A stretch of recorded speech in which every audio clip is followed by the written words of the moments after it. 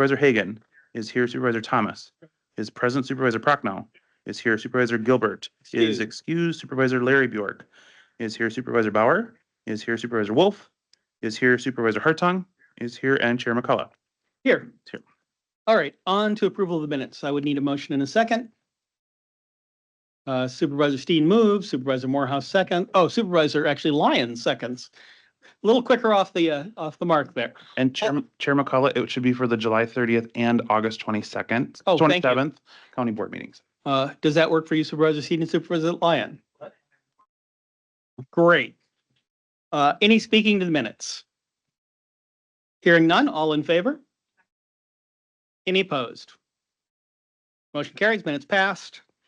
Presentation of petitions, memorials, and other communications, commemoration of retirement of Susan Wilson, certified nursing assistant, 27 years at the Neighbors of Dunn County. We are seeing a lot of people who have been with the county a very long time retiring more or less continuously for the past 10 years.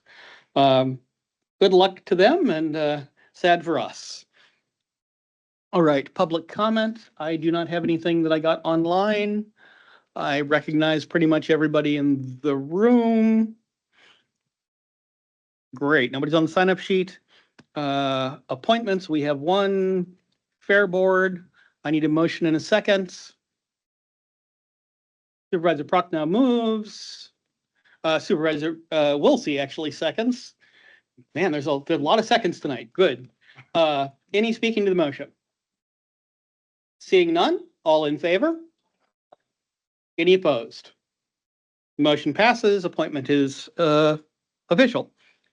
Report of the county manager, on to the audit. Everybody's favorite moment in county board time. Dan? Yep, so Dave Mensch with Kerber Rose is online and he will provide you with an update of the budget, and I assume Dave will probably provide some page numbers. So again, this time, Dave, we have a nice long packet for our board. Okay. So the audit, in our case, the printed page number will start on page, so the table of contents, which is printed page number 0. So printed page number 1 aligns with page 21 of your PDF. So Dave will reference printed page numbers. That's going to be the number kind of on the bottom of the page of that audit.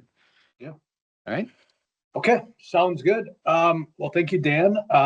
And to the county board, my name is David Minch. I am one of the government audit shareholders at Kerber Rose. I'm the one that's responsible for the oversight and the execution of the county's financial statement audit and also its federal single audit. And tonight we're going to go through at a high level the financial results for the year ended December 31st, 2024. So I'll also share my screen, Dan. Would they be able to see if I do that? Yes, they will. Okay. Well, right. I don't know about read, Sure. but they'll be able to see it. Yeah. I'll share it. And again, I will refer to printed page numbers for everybody. But the first page we're going to look at is printed page number 1.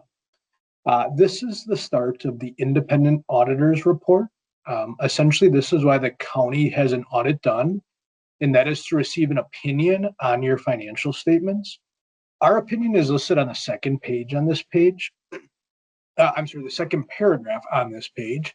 It states that in our opinion, the financial statements referred to above present fairly in all material respects the respective financial position of the governmental activities, the business type activities, each major fund, and the aggregate remaining fund information of Dunn County as of December 31st, 2024.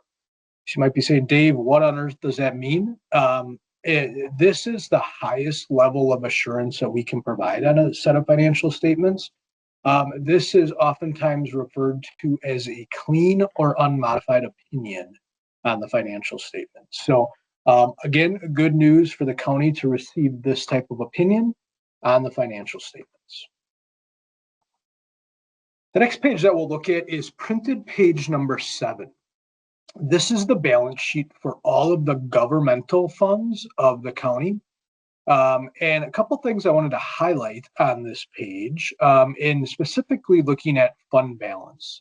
Fund balance is really the reserves that are accumulated over time for cash flow of operations, and also for specific purposes that the county board has either acted on committing for future needs, or simply assigning through the finance department for future expenditures. But on this page, the total governmental fund balances for all of the funds combined was about 23.6 million this year. We'll look at the income statement next, and so we'll look at the change in total fund balance. But the largest portion of that is made up of the general fund balance, which is the main operating fund of the county. That fund balance ended the year at just over $19 million this year. I do know when I was preparing for this that it is a decrease, and we'll talk about that decrease within the general fund and the reasoning behind that. But the largest component of the general fund balance is what we consider unassigned fund balance. And the unassigned fund balance is really, the total accumulated resources that aren't committed or assigned or earmarked, as it is oftentimes referred to as, for future projects.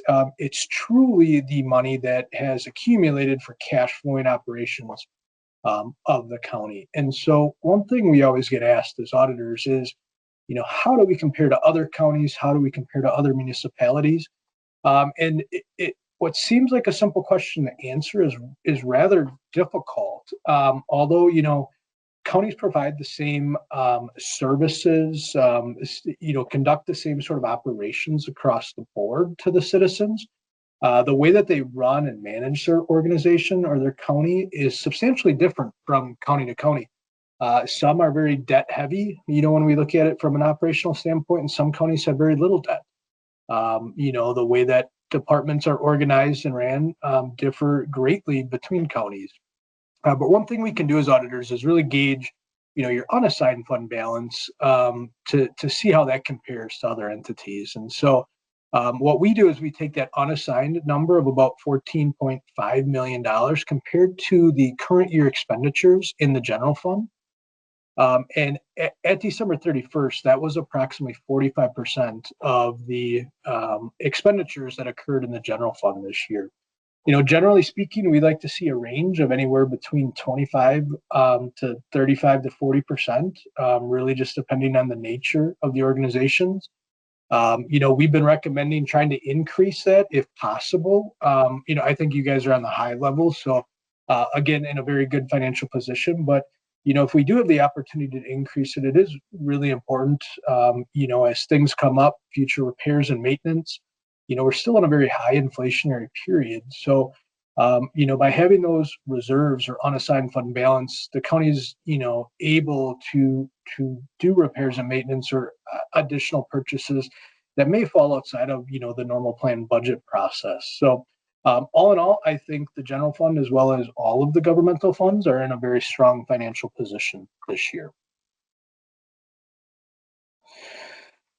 Looking at printed page number 9 is the statement of revenues, expenditures, and changes in fund balance for these governmental funds. I just highlighted kind of the overall fund balance, but a couple things I wanted to point out here this year.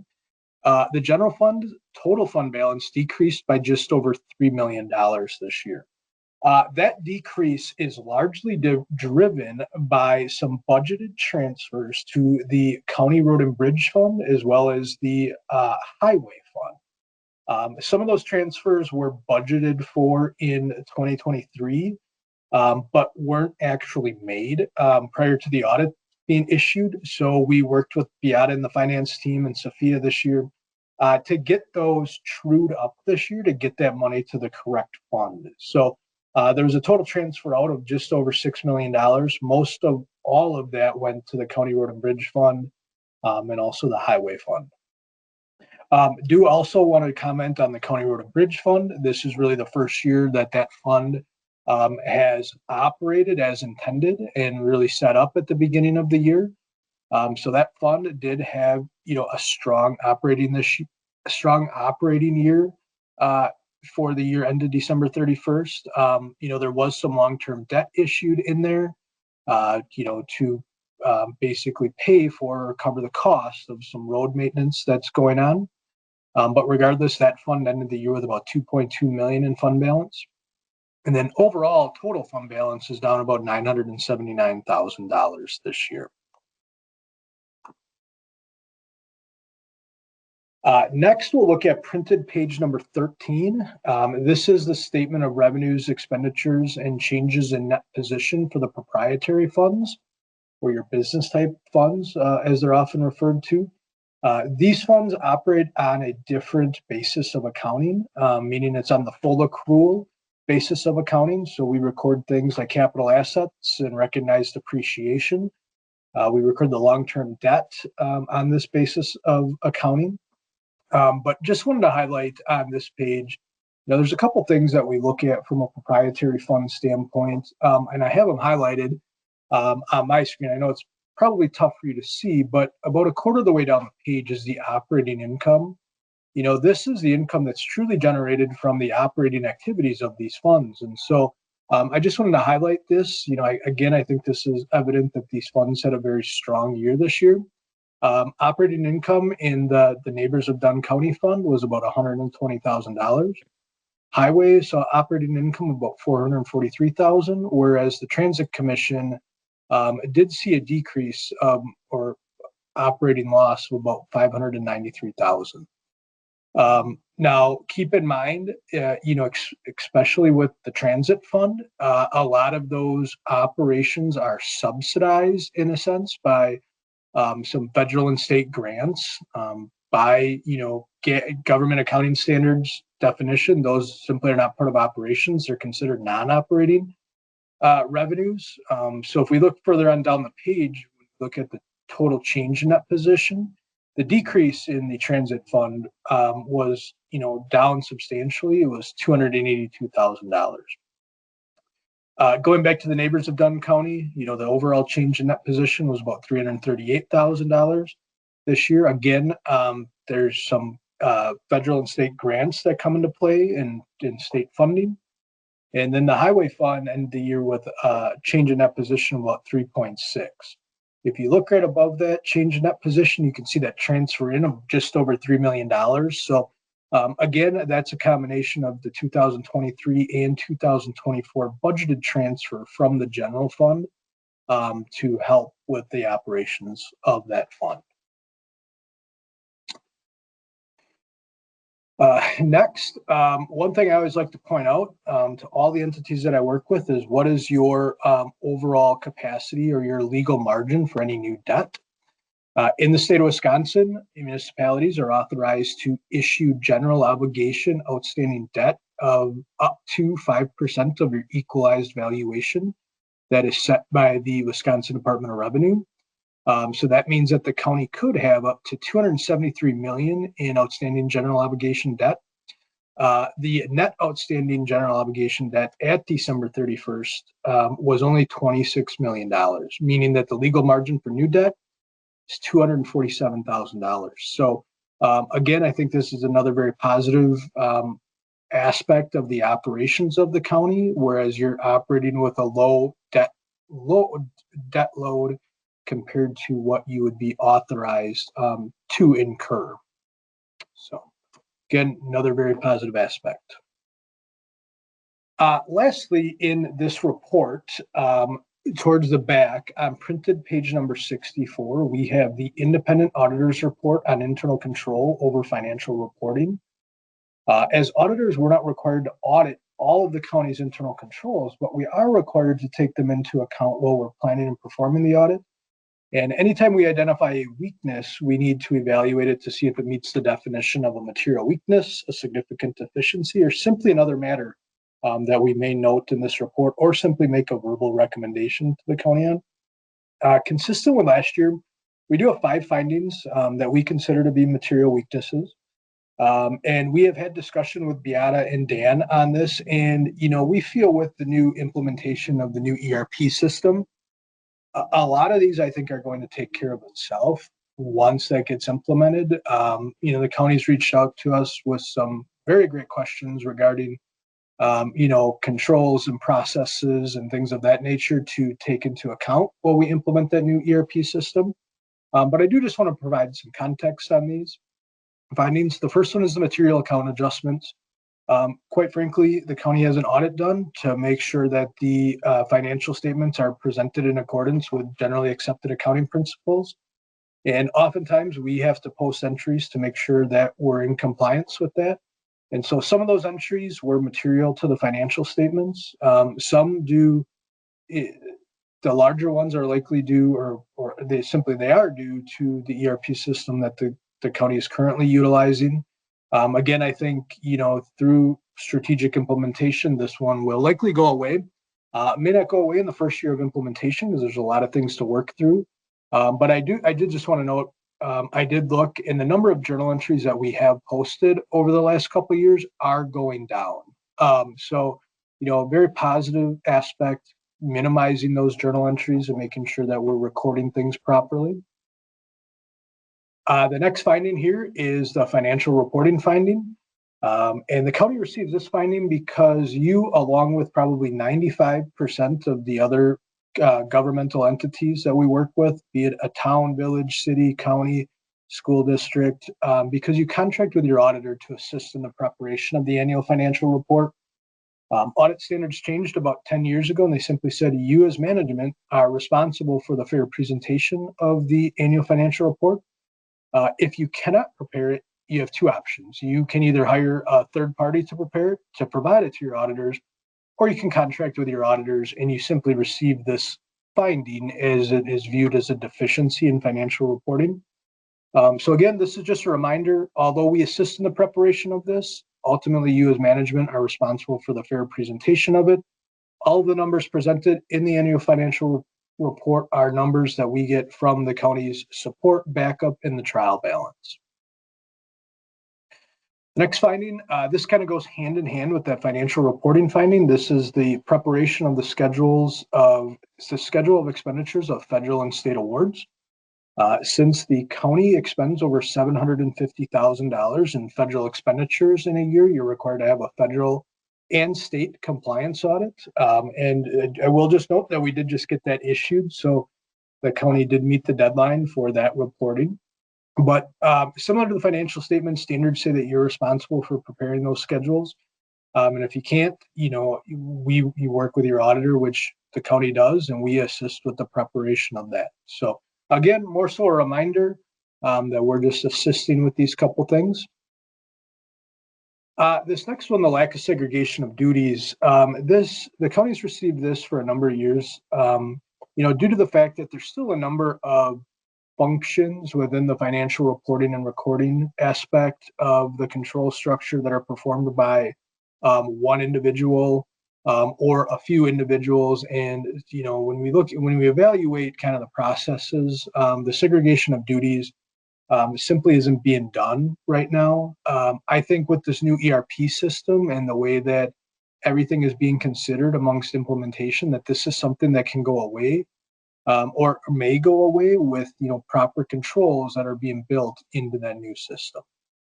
But I also like to treat this finding, as a reminder to each and every one of you in the room that you do play an important role in the control function of the county. The fact that you're reviewing disbursements, you're reviewing receipts, you're monitoring budget to actual schedules, you're asking diligent questions serves as a very strong mitigating control. We don't find a lot of fraud during our audits, but we do find a lot of simple human error.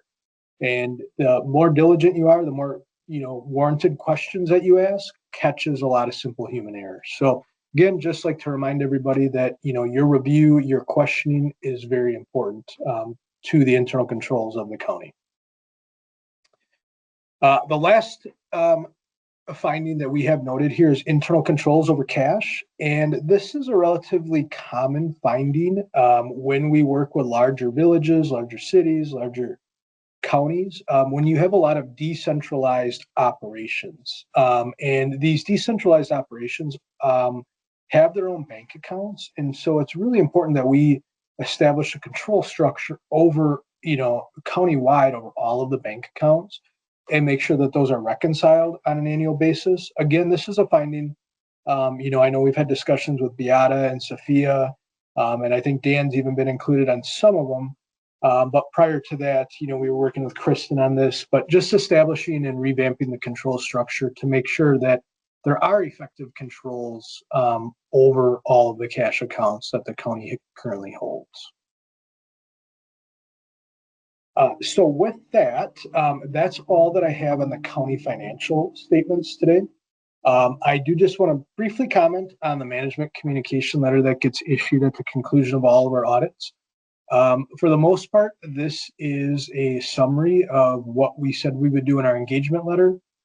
Some of the observations that we had that we noted during our audit, most of which is covered with that internal control report. And it also talks about some other things that we're just simply required to communicate to those charged with governance. I do just want to scroll down to the bottom here. On printed page number 4 of this report is a regurgitation of that internal control report that we just went over. So, just wanted to make sure that you were aware of that, these items noted in this report match the annual financial report and that internal control report. So with that, does anybody have any questions for me tonight?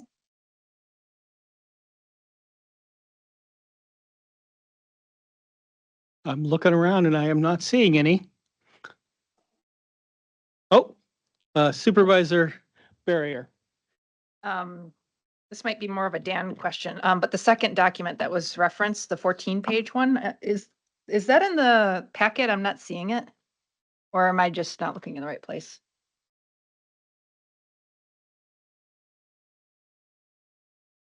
Sorry.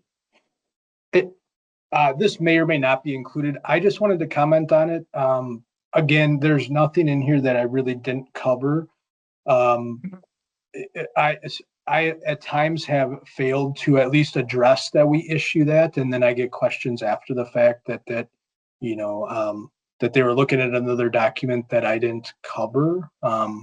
So I'm sure if it's not in there, that Dan would be happy to provide that. Yeah, we'll make sure it gets to everybody if we don't have it. Okay, thank you. I was just following along and got confused. Thanks. Okay, sorry about that. I wasn't sure if it was in your packet or if it was behind that, so just wanted to make sure we talked about it though. Anyone else? Okay. Apparently you did an outstanding job of making everything All right. clear and you're off All the right, hook. good. Just lastly, I just wanted to thank Dan.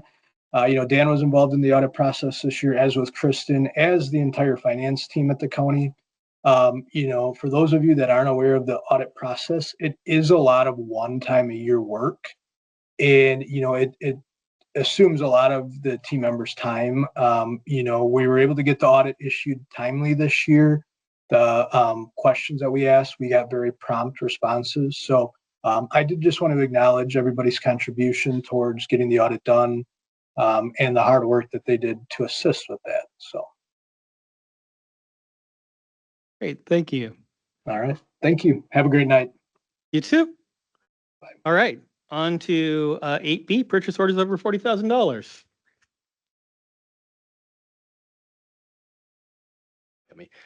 Yeah, so it's in your packet there. There are 3 items, purchase orders over $40,000. All 3 of those are debt service payments. So, or is it 4? Yeah. So they're all debt service payments. So as we talk about all of that, those are those, what are they? I think twice a year or quarterly payments that we pay. They're all kind of negotiated in their own way. And you'll notice the timing of that is going to align with a later agenda item today. So the next item. Budget update. Jake, you got me? All right. So wanted to get you started off with kind of going over where we are with the budget. Obviously, we had a budget workshop about a month ago. last week, the executive committee met. We put together some information for them, received some guidance, and with that guidance, we've put together some additional numbers. So I'm just going to go over kind of, this is so those of you on the executive committee is going to look somewhat familiar, but it's been updated a little bit with the guidance that we received through that budget. So first of all, what I wanted, and this, as we came into the executive committee, there were changes made to the budget between the budget workshop and when we met with the executive committee. So these are a few of the changes that were there. There was an executive assistant position that was in the county manager's budget that the Committee on Administration voted down. So that was removed from the budget. The Highway Department eliminated one of the highway projects that they had planned for 2026. There was some opportunity to pursue state funding for that project, so it made more sense to wait and see if we could get 20, 40, 60, 80% of that covered, or some combination of that in future years. So that was about $1 million worth. And so that $1 million reflects the materials cost of that project. The project itself was about $1.7 million. And so that additional cost is essentially vehicle maintenance and personnel time, which those don't necessarily go away when we get rid of that. It transfers into maintenance, but maintenance doesn't have quite the materials costs associated with it. So it is cheaper to perform. The other thing is we're able to identify some lower costs for winter maintenance. So I guess another positive of a snowless winter is that you don't use the supplies that you purchased the year before. So having those supplies means that we don't have to buy them again in the next year, and that we were able to decrease the budget for that. So then the last thing was we had budgeted for, as part of the pay plan, you'll kind of vote on that. You'll vote on the ordinance side of that here later today. Part of the exceeds expectation, as we looked through those numbers, we were able to decrease the amount of money that we were projecting for the number of employees that might exceed expectations. So we were able to decrease that by $100,000. So that's where the budget stood. So this is kind of where the budget stood as we brought it to the executive committee a week ago today. And so I want to, we've talked a little bit about funds, and as you went through that audit, you see a very similar pattern to what you see here. And that is, I think why I like to see that in those fund columns is because a lot of these do directly relate to how our audits are put together, and it's how our financial structure is put together. So what this reflects here is all of those changes. Some of the things, the areas in yellow here are areas that were truly things that could be changed theoretically, but had been approved in some way prior. So you see the using fund balance, so applying some of our fund balance to pay for the positions and some of the costs related to our ERP project. We know that that's a one-time project, that those expenses are going to go away, so we can utilize fund balance for that. The capital improvements plan was approved to be funded via fund balance when you approved that earlier in the year. So we earmarked that. These are all changes that can be made because the budget isn't final until November, but we put that in there. You can see the borrowing number of 9.5 million. That's for the geothermal system over in the Judicial Center. And then there's some more ERP over in Human Services. There's employees over there that are backfilling some of the work related to ERP. So this is what it looks like with about $5 million difference between revenues and expenses, right? Big number. And so that's kind of what we start talking with the committee about. How do we shrink that gap? So these are some of the items that we brought up, and we'll go over those and kind of brought these different options to the committee as to how would you like us to move forward as we go forward in making adjustments to the budget. So we have the pay plan, health insurance, new positions, wage variance, fund balance, borrowing, highway projects, program review, and budgeting practices. I went fast because there's a slide for each of those. So I take that back. The pay plan is I didn't create a slide here. The recommendation from the committee was that the pay plan that we were proposing that will be going to this board in October is okay. So that's at 2.75% for meeting expectations with 3.25 for exceeding. So that once again, that will come to the board depending on how the ordinance change goes today at the next meeting. The next change was related to health insurance. So if you remember, as we talked at the beginning of the budget workshop, we had budgeted at 18% increase. That was the number that our health insurance company had told us is a conservative, but kind of the right number that they thought that we should be bringing forward. So we brought that forward to the committee, saying that there are some options here. We had applied all of those costs to be covered by the county without the employees covering a portion of that. And that was a recommendation related to changes in the pay plan. And if we apply new premiums to employees, that actually even further decreases the amount of raise that they might receive. So we thought it was really important that the county covered that full amount. The committee agreed and said, go out and see what you can do. We happened to have a meeting with our insurance company the next day. And in the meantime, our safety and benefits coordinator had been working with the insurance company to really look at our plans and how everything had gone through and negotiate on our behalf to say, this seems really high. So great news as we came into the meeting the next day, they had recommended a 13% increase. So that's the only time a 13% increase to health insurance is a good thing when you were expecting 18. So that's a really big thing. That's a $400,000 decrease to our budget. So we were really happy to see that. So I know the members of the executive committee didn't see that until I sent it out in an email later that week, but that made for a very good Thursday morning. So moving along, we looked through position requests. We had 3 position requests that were a part of the budget. One of them was a recreational deputy in the sheriff's department. So that was a total cost of about $102,000 and had a corresponding revenue of about $77,000. So as we do our math there, somewhere around $30,000 of total cost. And the committee chose to not add that position. There was a request for a nutrition educator that came out of Community Resources and Tourism out of UW Extension.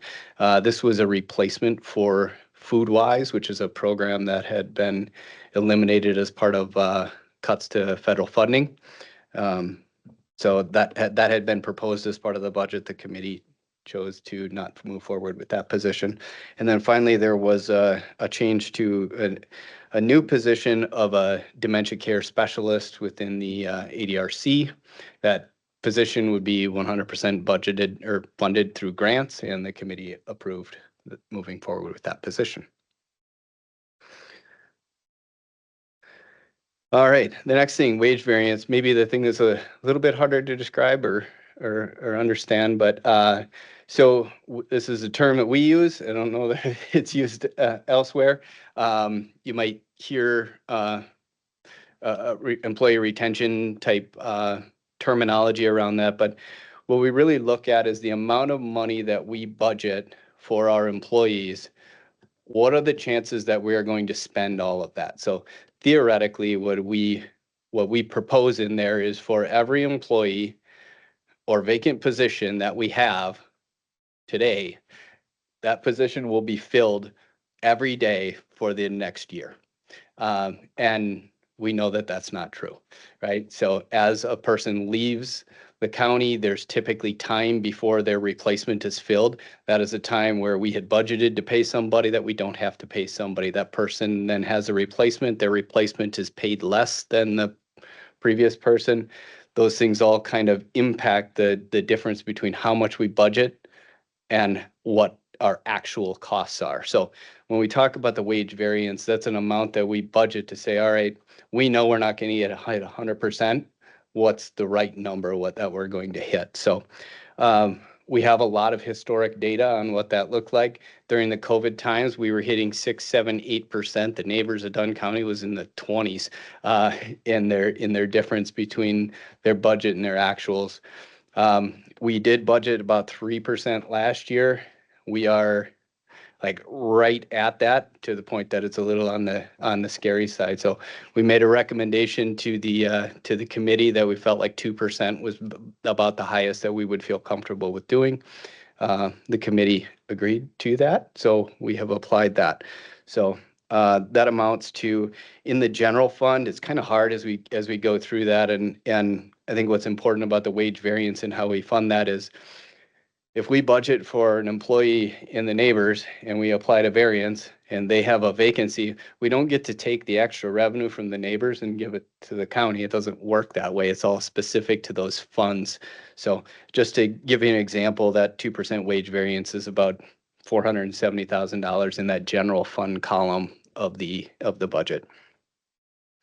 And then I do want to point out, and it's something that we brought up to the committee, and I think it's important for you all to hear, is so that wage variance, that difference, is something that can be controlled. It is something that I have control over most of the things that happen there. A position, if a new position needs to get filled, it requires my approval. So there are ways that we can manage. I told you, like, we're really close to that 3%, right? So that's a number that I really have to keep a close eye on. And if we have vacancies, we might have to pause those for a little bit in order to make sure that we stay at the number that we have. But it is a controllable cost, but that does have impacts on the services we deliver and how we decide when we're going to fill a position and at what rate we're going to fill those. So those are a few of the items that are impacted by that. Moving along, fund balance. The auditor gave you a great story about our fund balance. We do have that audited fund balance of about, and I guess I want to say, we do say unassigned fund balance. In all honesty, when you hear somebody from the county say fund balance, we are almost always talking about the unassigned fund balance, not that bigger number. We do have that audited about $14 million.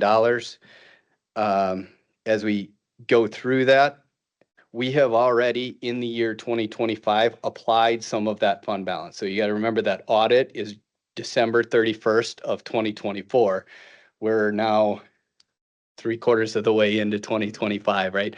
So we budgeted $1 million for highway projects of fund balance. So we kind of have to take that off of that 14 million because it's being accounted for. There was also a $742,000 for the ERP, so you see this in our budget before. And then we have to look at 2026, so we're also already applying $700 in 26 and $200,000 into ERP in 26. When we put all of that together, we look at call it a December 31st of 2025 balance at around 11 million. So that's kind of our projected fund balance as we look at that point. That number then accounts to, the auditor had talked about a 45%, and our ordinance says that we need to be between 35 and 50%. So after we apply all of those changes, that puts our fund balance to 36.4%, which theoretically leaves us with $443,000 of, I'm going to call it spendable fund balance, but within the ordinance. So we are required by ordinance, if we were to go below that number, we're required to figure out ways to put more into the fund balance as opposed to spending more. So we do keep ourselves above that 35. You heard his recommendation was somewhere around 25 to 35. We have our own rules at 35 to 50. So So I should say that our recommendation to the committee was don't use fund balance, because we don't have any other than that 400 and some thousand. Next thing is borrowing. So we've talked a lot with this board about $3 million borrowing every year for highway and what that looks like. So asked the committee if they wanted to move forward with $3 million in borrowing for highway projects, which they said they did. So what I put up here is what that looks like, and just if you're familiar with the highway projects and what's going on, these projects are all determined via a rating system. They call them phaser ratings, where they go out and really look at the roads and determine in what shape they're in. And so what I put up here in that first area, you can see that a rating of number 2 is considered very poor. It's a 10-point scale. So very poor. So that means that there's severe deterioration and requires reconstruction with extensive base repair. So those of you on the highway committee are familiar with what that means when we say extensive base repair, right? That has a dramatic cost increase to these projects once they get to that level. So really important. I think we kind of target it. We would love to target the 5s and the 6s, but we got too many 3s and 4s. So so targeting the 3s and 4s in this, and so that's poor, needing patching, repair, or repair prior to structural damage. So that's really, this is your last chance to do something before you're going to have an extremely high cost project. And then 4 is fair condition. So these are a list of the projects that are out there. I put the rating next to what they are. You can see there's a couple of them in the highway projects that have state funding. Spoke to that a little bit with that one project. So that's a 80-20. So the county is covering 80% of the project and the state is covering 20. We'd love it to be flipped, but we'll take it that way. And then there's some bridge projects, and bridge projects are much more complex in how they get determined, but you can see that they also come with a considerable amount of funding from the state. Sorry, all of those projects add up to about, I think it's $5 million of total projects. So that 3 million just makes up a portion of that. But once again, we do have that staffing component to those projects. All right. So the next thing, you spent 4 hours here a month ago going through programs. So we had provided the committee, obviously they had seen the programs and were familiar with what had been done. The total levy cost to those programs was about $5 million. The committee at the time had asked us to try to find about 10% of that in savings, which is about $500,000.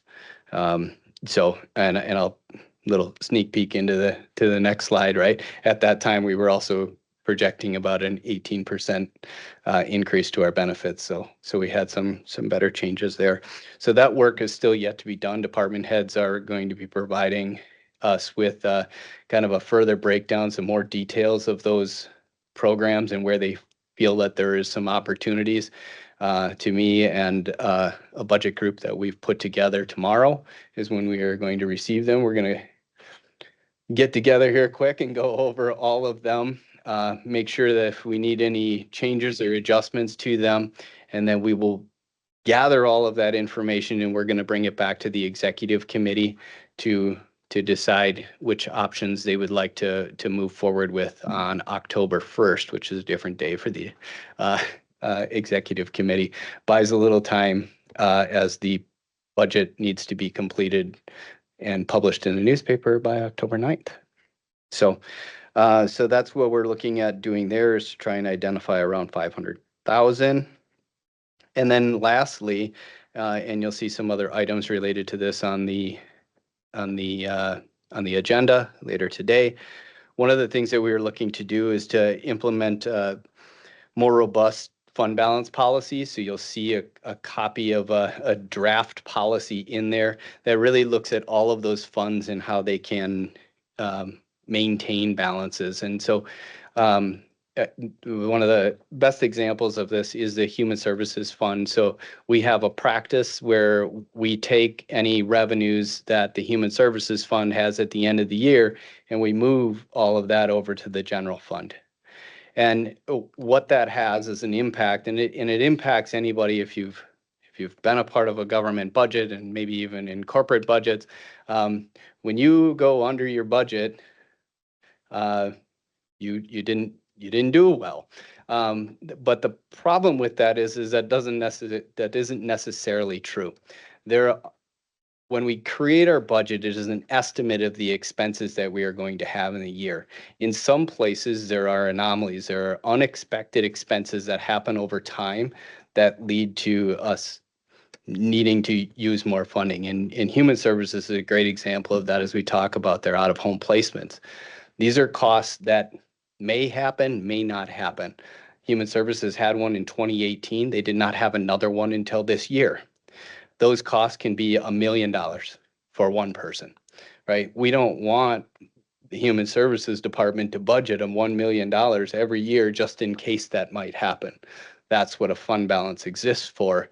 Budget it normal, and if that anomaly happens, the fund balance is there in order to manage that, and then we can make adjustments over time. So that's just one example. There's plenty of them as we look historically on how our fund balances have been managed.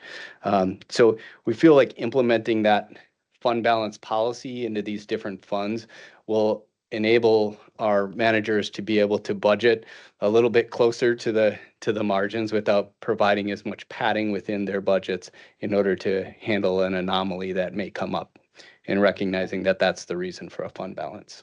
So a little bit of savings. It obviously doesn't, it saves it from a budget standpoint that we're not estimating that we might need something. And then the last one is cost distribution of administrative services to the different funds. So this is just a way to align some of our costs or some of our expenses with funds that have different revenue sources as opposed to administration, which has purely a revenue source related to the levy, which we know can only grow at a certain rate. There's other areas that have greater control over the or maybe not control, but are funded by revenue sources that do a better job of keeping up with market trends. So what does that look like? I could just go to this slide. So this number down here in the corner is 334,000. If you remember, we started at 5 million. So a lot of work over a short period of time. So what came into that?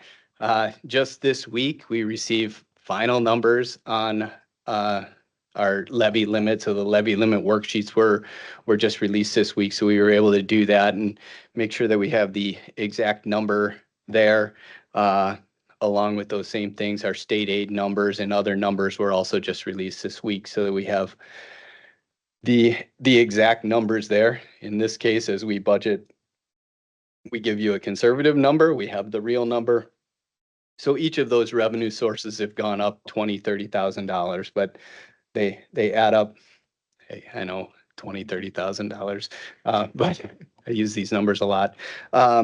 So those increases played a part in that. And then the benefits change was a huge one. I talked about that before. It's about $400,000 overall. We applied the wage variance. So you can see I applied that here in the yellow column. We have the borrowing in there. And then kind of intermixed within there is some of that administrative cost movements that is absorbed by some of the other funds in order to kind of get us at a point right now with that program review to be done of 153,000 in the general fund and 180,000 in human services. So that's where we are. Any questions? Everybody did all that math in their head? Supervisor Larry Bjork. Mr. Chairman, for as long as I can remember, we've been borrowing that $3 million. And I guess I never realized, or maybe I'm wrong, that the $3 million that's borrowed each year is basically used by the highway department. Is that right? Yep. Yeah. So when a neighbor says to me, how come you guys tax me like you do and none of my money goes to fixing the roads? What am I supposed to say? A lot of it goes to fixing the roads, But I honestly. mean, you know, we're borrowing 3 million to fix the roads. Is it more than that? Does it cost more to? Yeah, Fix the road, I'm yeah. just wondering, because I mean, for what things have cost over the last 5 or 6 years, you know, your $3 million borrowing for roads doesn't have as much bang as it did 5 years ago, does it? Or, No, it does not. Not at all. Nope. So yeah, that total highway budget for county highway roads is about $10.5 million. So when we talk about that, I said it before, it was around 5 million is highway construction. So that's some of the more dramatic changes that you see. A lot of the rest of that cost is your maintenance. So your chip sealing, your brushing, shouldering. I'm just using all the words that I hear at committee meetings. And really just that maintenance, and then the winter maintenance as well. So yeah, it costs a lot, and those. so my prices have answer gone up. is, your tax dollars do go to the highway department, but it takes us, borrowing 3 million to really make progress because we're spending 10. Is Yeah, that so about right? if you look at that, I mean, from uh it's all tax money, right? It's a matter of where it came from. But if you look at the county tax money, the 4.2 million on the top of the highway department is direct levy that is being applied to the highway department. And then if you look at $3 million of borrowing and then go over and look in that debt column of about 5 million. So just think that's the debt service that's paying off the 3 million. So that's more of that county money that's going towards highway in order to pay those off. So I mean, I just throw out a number, but you're probably looking at good $6 to $6.5 million a year going towards highway. Thank you very much. That helps, because everybody can see what's going on in the highway department. They have a hard time seeing what's going on in the clerk of court or health and human services, but they all see the road. Yeah, and I would add to that is that shows up as state grants, that $2.3 million. So that's your general transportation aid, which is your gas tax. That's coming back to county highway roads. And then that 787,000, that is the vehicle registration fee that is going directly towards county highway roads.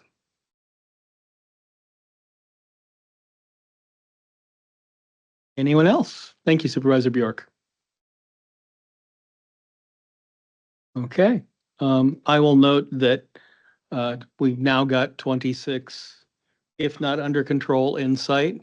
27 is absolutely going to be worse. So in January and February, you all are going to be talking about that in your committees.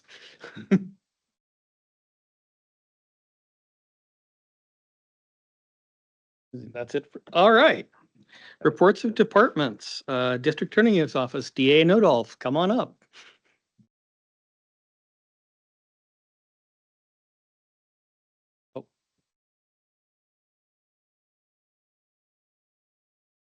Hey, good evening. I'm Andrea Nodoff, the Dunn County District Attorney. Thank you for the opportunity to be here today and share some of the good work that my office does. I go back to the first slide there if we can. But first of all, just so you understand that my office, I view it as a public safety office. Law enforcement receives calls, goes out to a scene, investigates the matter, and then sends it up to the district attorney's office to review and potentially issue charges. Sometimes the public's confused that we investigate and we don't. We work with law enforcement and ask them sometimes to do follow-up or do more interviews or search warrants, but it's my office that files the criminal complaints, and it's our job to make sure that individuals are held accountable for what they do. And it's kind of the second half of the equation to make sure that people are held accountable. My staff I click here.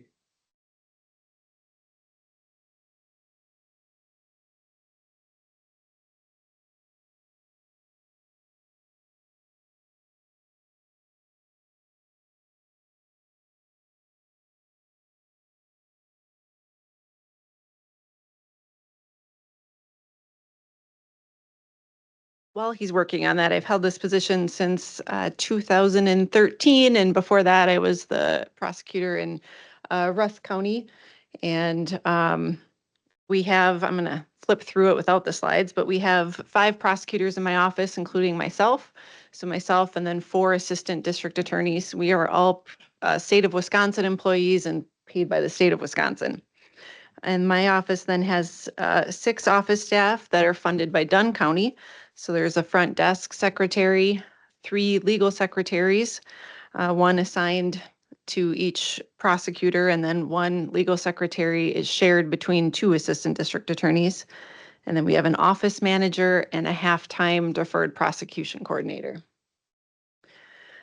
We also have 3 victim witness staff that were funded in 2024 by some portion of the Dunn County levy, a VOCA federal grant, and Chapter 950 reimbursement. Now we are back in business. Thank you. And then we utilize both Dunn County IT, and then we also have district attorney IT that we have to work with. Our number of cases in 2024 was pretty consistent with the past years. Some areas were higher, some were lower, but in 2024, based on these numbers, my office prosecuted 1,483 criminal cases, or including pre-charge diversion and juvenile matters. And so I would fair to say we are the busiest law firm in Dunn County. That means that there's, each prosecutor has, if you divide that by 5, has 300 cases that we're juggling. It doesn't even include all of the traffic matters. So if you get a speeding ticket and plead not guilty, and talk to our office, unless it's a city, the city has their own prosecutor, as well as DNR matters or tickets for ordinance violations. So we are very busy and have a lot to juggle. I wanted to talk about how technology has really changed how we prosecute cases, how cases are presented. It's kind of night and day. When I first started, we'd get maybe 1 or 2 recordings, an interview of a suspect, as well as maybe an interview of a witness, and the rest would all be written reports. And now we have all kinds of video and electronic data to go through for just one case. So, back in the day, remember we used to have a flip phone with the antenna, and it was just a phone, right? Now we have a whole phone that people are carrying, and sometimes there's not 1, there's not 2, there's like 5 or 6 of them. And then we get search warrants for those, and then we see there's apps on their phone, such as Snapchat or Facebook Messenger. And then we have to work with law enforcement to get search warrants from those different providers and records of that. So there is an enormous amount of work in examining cell phone data. We also have now body-worn cameras that every officer is wearing, and usually there's not just one officer, there's multiple officers. And so hours and hours and hours of footage of watching before you go to trial an officer's body-worn camera. There's video surveillance of Quick Trip or hotels, Ring doorbells. Every squad camera has a front dash camera as well as a rear camera. There's cameras in the jail. There's 911 phone calls that we have to review. There's 911 calls that are made. There's GPS devices, cell phone towers. I mean, it just goes on and on. And so if you have a homicide or a big case, the amount of data that we have to review and maintain is astronomical. It's just hours and hours of sitting at your computer watching this stuff. And then on top of that too, when we get all these recorded interviews, if we want to use them in court, we usually need a transcript. And so then it's reviewing transcripts. And so there's just a ton of work on that.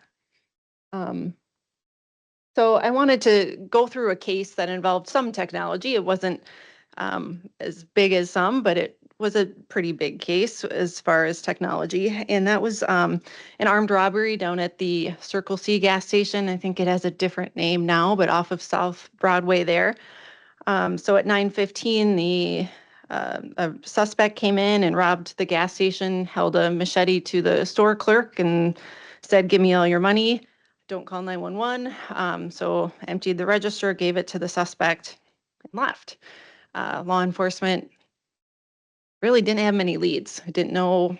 A number of officers were driving along the area, talking to neighbors, looking at Ring doorbells, and didn't really have much of a lead. But they did have the video surveillance from inside the gas station. And so that was later posted on Crime Stoppers, and that brought in some tips that law enforcement followed up on, and they were able to make some leads. And one of those leads was reviewing footage the whole day. So an officer sat in front of the computer for like 24 hours, watched everyone who walked in and everyone who walked out. A lot of sitting and time, but found that just about an hour before the actual robbery, a person came in with similar shoes. And so my office, one of the legal secretaries, worked on this case to assist me in presenting it to the jury. And one of these is the suspect, and it's kind of hard. I wish yeah, okay. The suspect, this is looking at your side, on the left side is an hour before the robbery, and this is during the robbery. And so we could see as we watched it over and over and again that the suspect walked in a similar length, and even their shoes as they walked were side by side, pretty similar. And so I don't know if you can see some of that, but then this is the exit. And when I watched numerous body-worn cameras of officers, there were a few officers that tried to pull back the door or didn't exit properly. But this person here on the left, the hour before, was pushed the door open the same way, with the left arm, same way, side by side on the, so this is before the robbery, and then the right side is during the robbery. So based on some of the tips from law enforcement, the suspect was wearing a hooded sweatshirt, up real high, bandana covering their face, and gloves on their hands. We knew it was a gray Under Armour sweatshirt, but who doesn't have an Under Armour sweatshirt? It's a pretty common sweatshirt. The gloves that were worn are work gloves. We learned from the investigation that Menards hands out to a lot of their employees. And so one you could get at Fleet Farm or Menards, and nothing too exciting about that. But law enforcement was able to do a search warrant at the suspect's, Andrew Horner's girlfriend's residence, and located these gloves in the garbage. And were able to compare them to the video surveillance in this case. And then also we learned that the suspect, Andrew Horner, was on probation earlier, and the probation office had video surveillance of him wearing a similar sweatshirt. And so we were able to compare that sweatshirt to the sweatshirt from the video surveillance. And then you can notice the similarity in shoes. And so the top left corner is about a year and a half before at the probation office, wearing very similar shoes. And then the blue shirt is also at the probation office, wearing a black bandana, and that looked like the suspect was wearing a black or navy bandana at the Circle C gas station. And then here in the bottom left, that's an hour before he went to purchase some cigarettes, wearing those same similar shoes. And then in the right bottom, that's actually during the robbery. So we could see the similarities in shoes. But the suspect's glove is such an exciting part of the trial. I felt like I was doing O.J. Simpson, because we sent these gloves in, and while there was no DNA inside Circle C gas station that was associated, touch DNA, everyone, was touching the counters, and if you're wearing gloves, it's pretty hard to figure out. But this had a string, so it's known in my office as the string finger. And so we were able to compare the index finger had a string on it, as so did the video surveillance. And so it's not crystal clear, but I'm going to show you on the video how you could see that this was the same gloves that Andrew Horner said he was wearing, but he threw in the garbage, not because they were in any way involved in the robbery, but because he had taken out the kitty litter box and put them in the garbage. So that was his story. He had an alibi, denied committing the robbery, but this sort of really was the next level of confirming it was Andrew Horner. So I'm going to show this video here in kind of slow motion, if I can get it.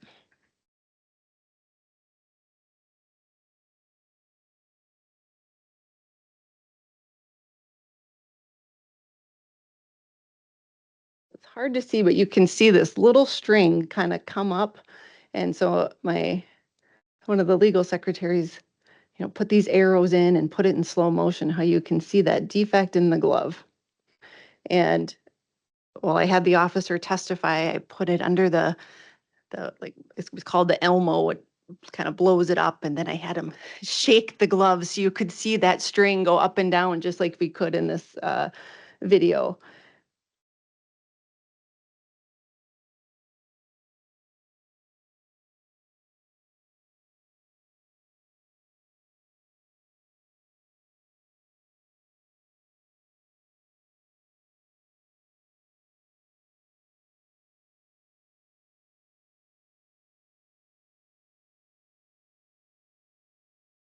So, I mean, the video quality isn't the best, but I've certainly seen worse.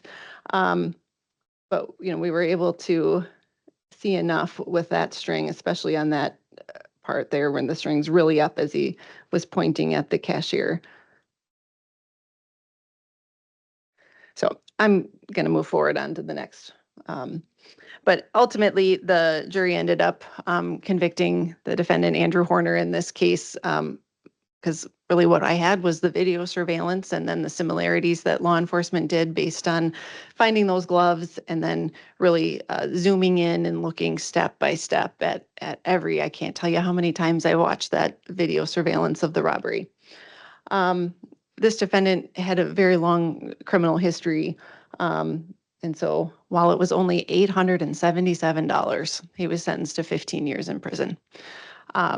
But had a very long criminal record of committing thefts.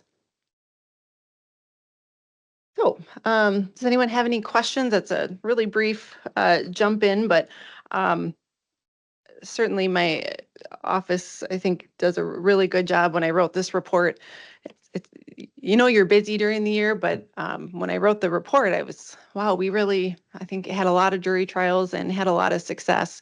I know a lot of it was about sexual assaults or child pornography, and it's not all we see, but those are the cases that usually go to trial and usually have prison sentences. So that's why I outlined them. But certainly we had our share of disorderly conducts and OWIs and misdemeanor batteries as well. But I'm really proud of the work that we do. I think I really enjoy having a team approach and getting as many of my office staff and prosecutors to work together so we can present the best case and represent the county as best as we can. Supervisor Larry Bjork. Yeah, thank you. Thank you for your work for Dunn County and your department. I only ask questions because it keeps me alert and awake. Not that you ought to fall asleep, but in that particular case, if the robbery was committed with a threat of a firearm or a note that's saying I have a firearm, would the charges have been different than they were with a machete? Would you think? No, it was already charged with a dangerous weapon. So Oh. firearm, machete, it's the same. Okay, Yep. thank you very much. Yeah. Supervisor Hagan. Thank you. With Axon, since we're in budgeting talks and whatnot, I was just curious for how it's stored. Is that anything, like, is it physically located on premises or is it like a cloud storage service? Yep, it's a cloud storage service. Okay, so no extra money for IT for any of that. No, but the program does cost Sure, money, yeah. and then we, part of that, the cost gets associated with defense attorneys when they request discovery. Then they have to pay a fee for my office staff too. Law enforcement uploads it, then we have to download it, and then we have to number it and redact it and prepare it all and then send it out. Okay, great. Yeah, I was thinking like hardware and stuff like that, so. But No, that no works. servers in our office. All right, great. thankfully. Thank you. Thank you Supervisor Hagan. Anyone else?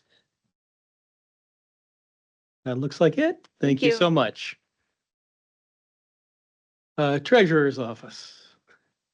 There you are. You've been perfectly behind the monitor for me this whole time, Lynn, so I'm like, gotta be here somewhere. The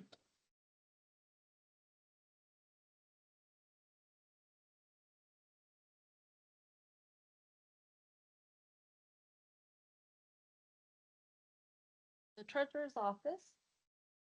Our team consists of, oh, is it going? Has a transition. in it. I've been there for about a year and 4 months, and then Lynn Nigaman. Oh, I gotta use the speaker, sorry. And then Angela has been our long-term employee. She's been with the treasurer's office for about 8 years. Terry Chaston is 4.5 years. She works, Monday through Wednesday in the mornings, so she's part-time. Mark has been there just over a year, and he's a part-time staff and just is our fill-in for the ERP. So he works just seasonally when we need to cover the office. Kathy Graham has been there 3 years. She's a part-time, very seasonal employee. Helps out just during tax season and collections and intermittently.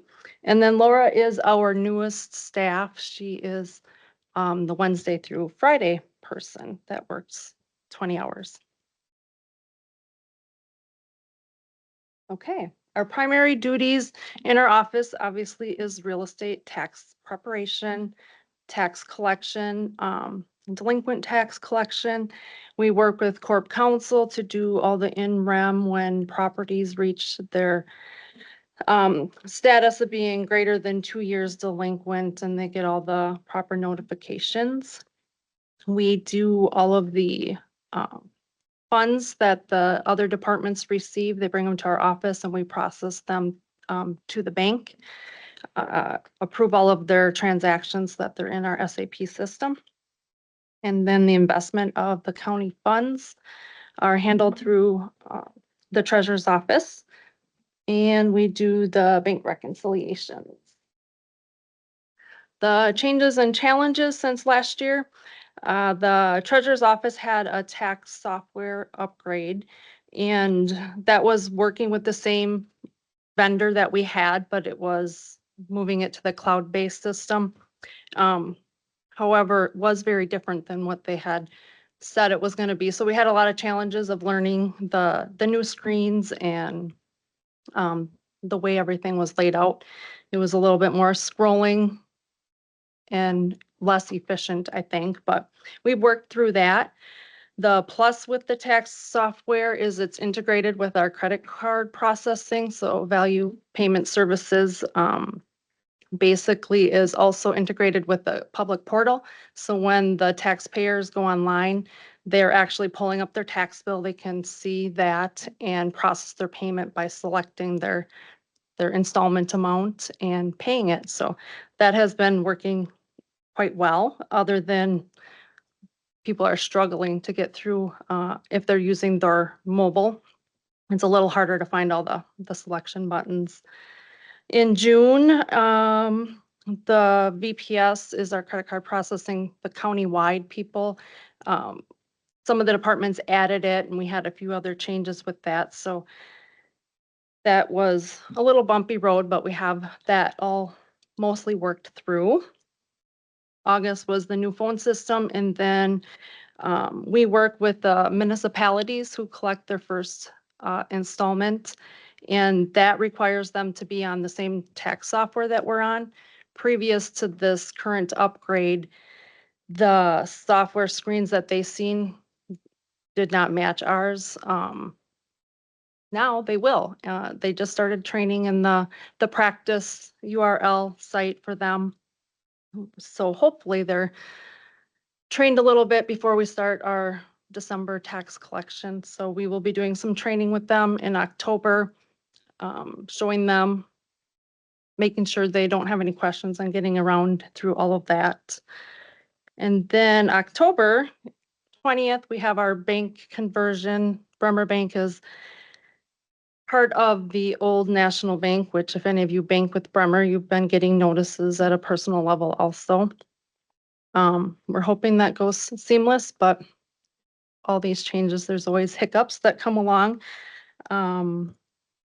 November is our go live with the municipal tax software. So, and then 2025 through this year, I mean, everybody has been active in processing all the discovery requests for the BSNA, the ERP transition. So that does take a lot of our employee staff time to provide all those files they're requesting to hopefully have a good system when we get moving forward. That implementation date is scheduled for March 2nd of 2026.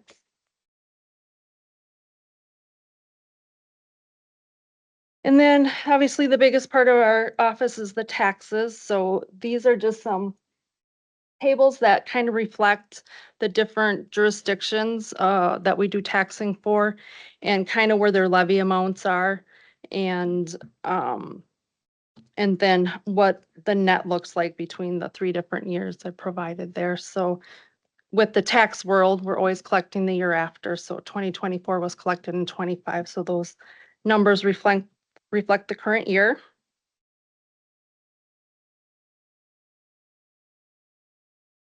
And then the unpaid tax balances, these numbers were all ran as of September 11th. So the 2022 tax year collected in 23, those numbers show the 134,000 is still uncollected from that point in time. The in-rem process, when we work on trying to, we would do tax deed stuff. We're doing 2020 and 2021 right now. So these are the years that are not in that process yet. And then the 23 tax year, we're at 264. Obviously, people have less time that they've tried to pay, so the balances tend to be higher. And then the current year, just September 1st is our sale book date. So this reflects 660 parcels that were unpaid. And they got notices saying they have 2 years to become current, or else we can start the formal process of that tax deed. So 826,000 of unpaid taxes for the current year. The bottom just shows the penalty and interest that we've collected on anything that became delinquent. So that would be revenue we didn't have if they paid on time, but the top 10 county taxpayers, I added a couple lines on here, but basically there's the column that shows the tax amount. So this is the cash paid into Dunn County. That's their full tax bill and not the county portion. So when you're looking at that, it includes all jurisdictions, the assessed value, and then the fair market value. On the very bottom, I just showed the percentage of these 10 parcels equal 2.88% of our tax collection.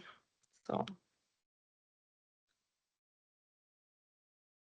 And then just the big changes moving forward is the ERP system and the timekeeping. I think everybody's excited to move forward with the ERP, but it's going to be a lot of work and we want it to be successful. So any questions about the treasurer's office? Supervisor Larry Bjork. Thank you. I've had a question since last year. Okay. And I could have called you up and asked you, but I thought, well, sooner or later, you'll be at the front of the room. Could you go back to the delinquent tax slide?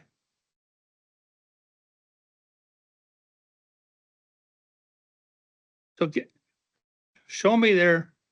You got want, yep, that one. uncollected taxes. What I'm interested in last year's presentation on page 60, you had property taxes that were not collected. or people were delinquent in, but then I thought it said that that money then had, the general fund had to bail out that amount of money. I mean, So I think what you might be referring to is the way the tax collection works by state statute. When we get to the August settlement, we have to pay the municipalities and all the taxing jurisdictions their full levy. Like, we can't say we had 400 parcels that didn't pay, we're gonna remove those from your tax payment. We have to pay them in full, with the exception of their special charges. so what draw on the general fund does unpaid taxes have for this year or last year? Just It would tell- reflect these numbers that you're seeing here. It does or does not? It would reflect these numbers. Okay, So if we were to collect all of 2022 now, that 134,000 Yes. plus these interests and penalties down here. yeah, So if we've uncollected 134,000, we still, with the penalties and interest, gain 302,000 if they paid it So- current. the general fund pays the 302? The general fund will pay out that, would have already paid out that 134,000. Okay, so in 23, we've got unpaid taxes of 134,000. In the next year, 24, we jump from 134 to 264. Yeah, and I can explain that. It's a timing thing. So we're 3 years past the 2023 date, so people have had one extra year to pay those balances off. So that number generally should be lower. Okay, but then in 25, does that say 826,000? Yes, so those just happened on September 1st. But anybody who hasn't paid their tax bill for January or July are on here as delinquent. A lot of people have come in and paid, even as of the last week or so, but that is a true statement, and it will significantly go down because we do send out notices. So they would have gotten a notice on September, well, the first fell on the weekend, but on the 3rd, saying, hey, there's a tax lien issued on your property, you have 2 years to pay. Right. That drums up a lot of people to come in and pay their taxes. But my concern is that having that money drawn out of the general fund means that we don't have general fund money for services. Is that right? That's true, but it's a state statute. Yeah, no, We I have know, to pay it that, doesn't make any difference. But it is a true statement, yep. All I'm trying to do is have a gauge in my mind on how the Dunn County taxpayer is able to handle their obligations. And it doesn't look good. Yeah, and on the bottom there, it shows the interest and penalties. So those people who are delinquent, this doesn't really show how much of 2023 taxes were paid in 2025 in this scenario. But we are collecting that interest and penalty have decided not to pay on time. Okay, so now the people that have not paid taxes, the 826,000, Mhm. when does their property end up for sale on the courthouse step? It's probably more like 3 years. In 2 years, we can start noticing them, and it takes about a year process to formalize that. Thank you. I knew you could handle those questions. You're welcome. Thank you, Supervisor Bjork. Anyone else? Seeing nobody, Lynn, it looks like you're off the hook. Thank you. Human Services. Human Resources.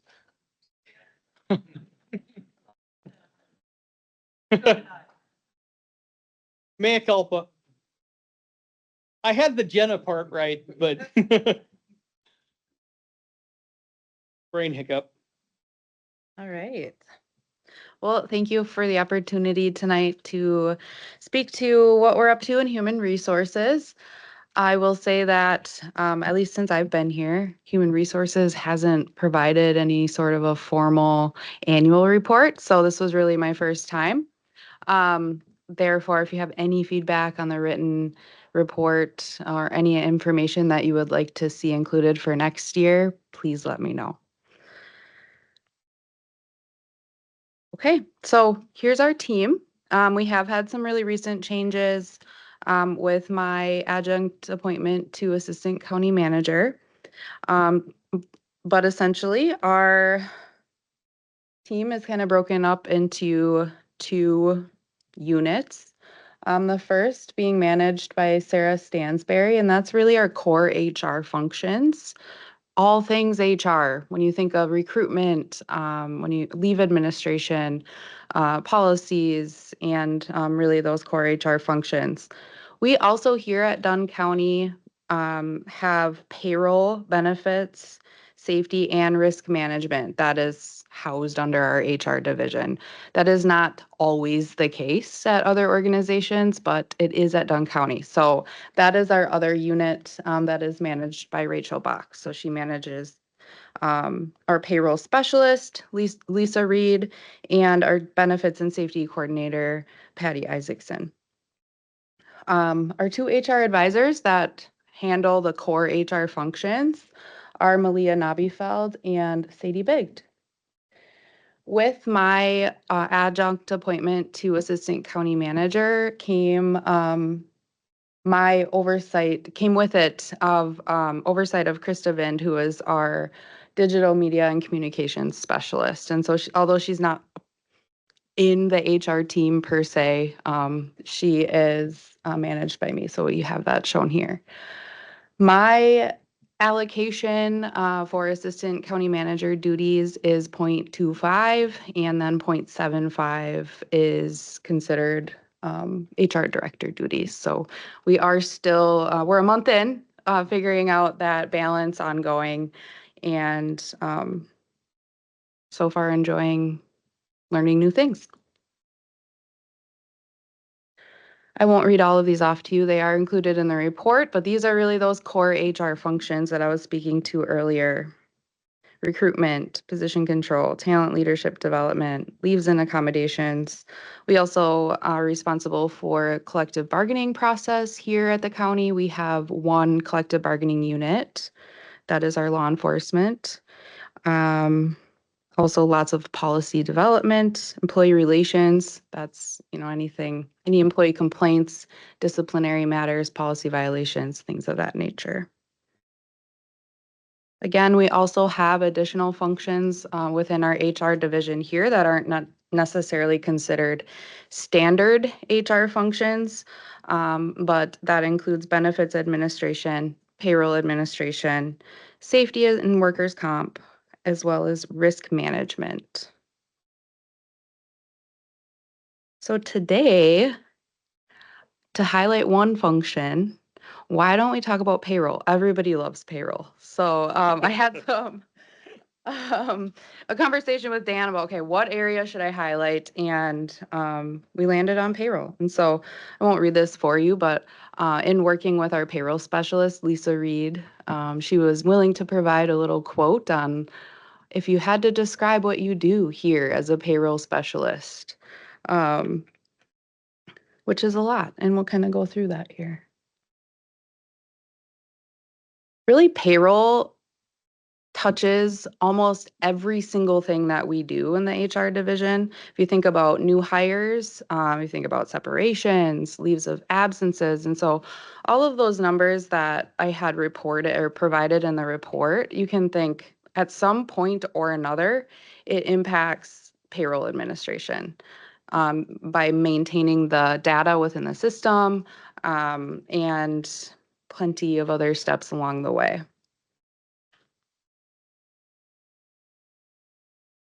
In 2024, there were 14,028 paychecks issued. That's an average about 549 biweekly paychecks. And I thought it was really great to report that what we consider an error rate, or in the payroll world, that is the number of off-cycle checks that you process in comparison to the number of standard payroll checks. And so that's at 0.0713%. There were 10 off-cycle checks issued in 2024. So our payroll division, our payroll unit, is responsible for calculating proper salary disbursement, tax withholdings, any benefits deductions, and as well as garnishments. And I'm missing a bullet point there, but following all of the requirements of the Fair Labor Standards Act and the IRS, of course. Also responsible for maintaining the system that we use to process payroll. So that's any name changes, address changes, tax withholding changes, banking info, and benefits changes. And then all things compliance. So our payroll specialist processes W-2 statements every year, is required to reconcile and prepare for the annual WRS contribution statements, as well as responding to any legislation updates that come through, the latest being the OB3 that will need to be implemented in part for the 2025 W-2 process as it relates to overtime taxation. So I always like to highlight at a glance, what does payroll week look like? Our paychecks are processed within a week of that pay period closing. So pay period will end this Saturday. By Monday, that's also known as the dreaded payroll Monday. All of the managers are responsible for approving timesheets, making sure all their vacation and sick requests are approved, and making any fixes to employees' time records that need to be done before payroll is processed. By Tuesday, our payroll specialist, and we have one, we do have, she has a manager that is a working manager, very much so.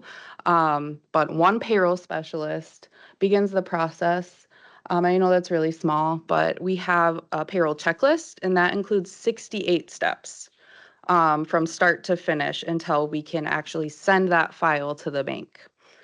Oftentimes, a lot of those steps are being repeated because the purpose of them is to verify any errors, anything, any missing punches, anything that doesn't quite make sense, and then reconcile that before, of course, the final statements would be processed.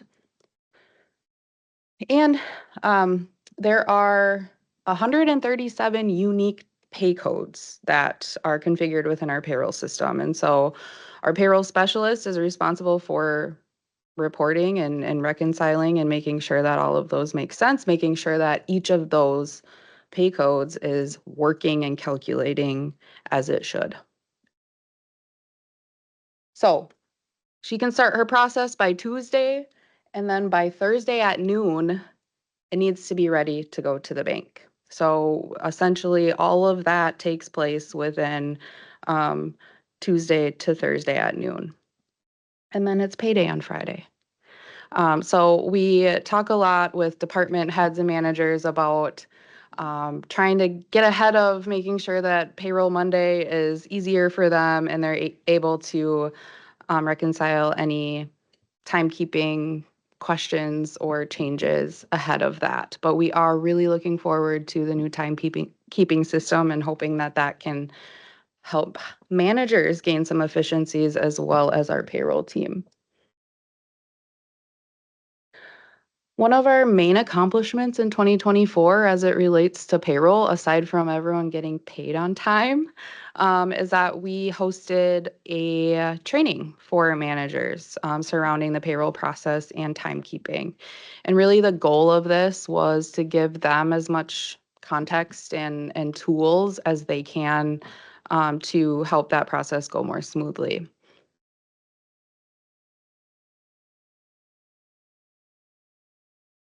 Similar to what Lynn had mentioned, we are going through the process of implementing a new timekeeping system.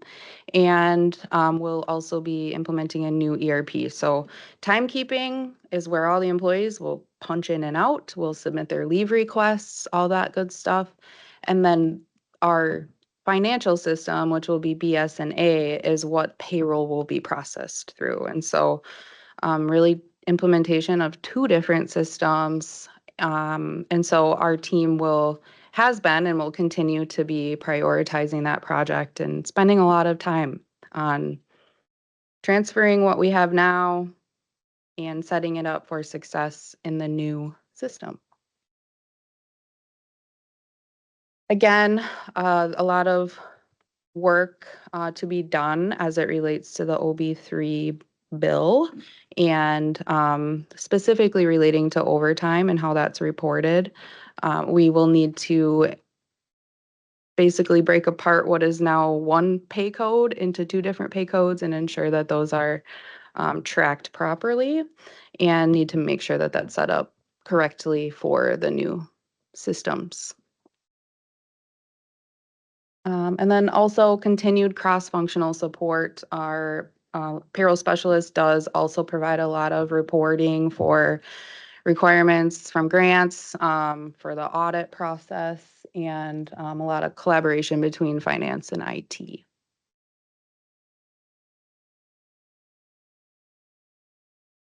I know you can't believe it, but that's it. And I'm happy to answer any questions about payroll or anything else in my report. Thank you for your time. Supervisor Gary Bjork. Does every employee get a check or is it sent right to the bank and they don't get a check at all? How's that work? Yes, so we process direct deposit payment, so it's an ACH process too. 'Cause I used to kind of hate that because it's nice to have a check to go to the bank and you have a little cash to go back home again, but. You know, it's a lot more tangible. About it. Yeah. Yeah, it definitely is a lot more convenient, I would say, on the processing side of things, but it can also lead to a lot more troubleshooting sometimes. So there are times when there are hangups at the bank level that we have to reconcile. We work closely with our treasurer and finance team when that happens as well. Thank you. Thank you, Supervisor Bjork. Anyone else? Looks like you're off the hook. Thank you, Jenna. All right. On to consideration of reports, resolutions, and ordinances to the county board from the executive committee. Item A, resolution authorizing the issuance and sale of not to exceed 3 million general obligation promissory notes, series 2025A. This is the borrowing that we authorized back in November. We've been waiting for the opportunity to get the best possible rate on the borrowing we can. It looks like this is as good as we're going to get while we still have the window to get it done. So I would need a motion and a second. Supervisor Morehouse moves, Supervisor Steen seconds. Any clarifying questions? All right, seeing none. Opportunity for debate number one. Opportunity for debate number two. All right, then we are ready to vote. All in favor? Any opposed? Motion passes. Item B, ordinance amending Chapter 7, Section 5 of Dunn County Ordinances, Fund Balance Policy, first reading. I will need a motion and a second to get this on the floor. Supervisor Steen moves. Supervisor Headland seconds. We will actually be doing the debate and vote on this at our next meeting. This is the one Supervisor Bashand has very properly submitted a amendment, which will make it a little bit clearer. So you've got that. You can look at it between now and the next meeting. If no one has any like absolutely critical questions on that, we are good to move to our next item. Okay. C, resolution amending the county supervisor district maps. I would need a motion in a second. Supervisor Prochnow moves. Supervisor Bashan seconds. Yeah, if Andrew, if you would give a quick, I don't know if you've heard about any property changing between townships and the city of Menominee, but this is that. So this is a standard procedure that we do. There will be no individuals living at this property, so it does not affect the distribution of voters in each of these districts, but we have to take from one district and put it in another district to amend the maps. If we don't pass this resolution tonight, I have to create a special ward for these like parcels of land with no voters in them and order ballots and waste money. So I'd recommend that we pass this resolution to amend the supervisory district maps. so are there any clarifying questions? All right, seeing none, first opportunity for debate. Second opportunity for debate. Looks like we're ready to vote. All in favor? Any opposed? Motion passes. Item D, 2025 Budget Amendment, CJCC, Public Health, Human Services. You've all seen quite a few of these at this point. Money comes in, money goes out. We need to adjust things so that it is all accounted for properly. I would need a motion in a second.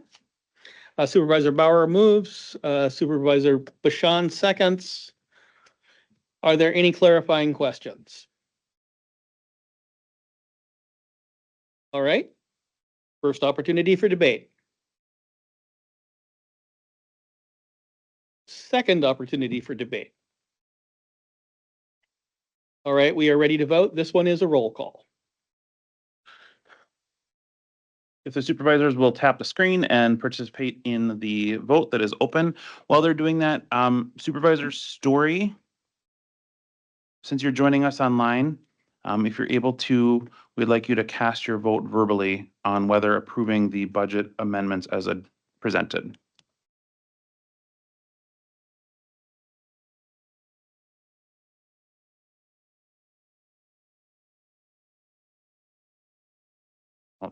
Supervisor Story is unavailable at this time. Okay, we pass even without that, so motion passes.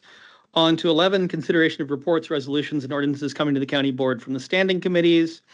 First, planning resources and development, ordinance amendment, rezone. Witzel, I would need a motion and a second. Supervisor Morehouse moves. Supervisor Burnt seconds. Are there any clarifying questions? It's a pretty typical rezone. All right, first opportunity for debate. Second opportunity for debate. Oh, Supervisor Gary Buer. Okay, Sorry, no worries. Looks like we are ready to vote. All those in favor? Any opposed? Motion passes. 11B, Committee on Administration. We have a couple of those. I, ordinance revision, replace personnel ordinance with Human Resources Code. This is the second reading, so this is the point where we actually would do any debate and do the actual vote. First off, the motion is already on the floor. Are there any clarifying questions? Supervisor Kinnear. I would like it described as exactly what this is doing. Please.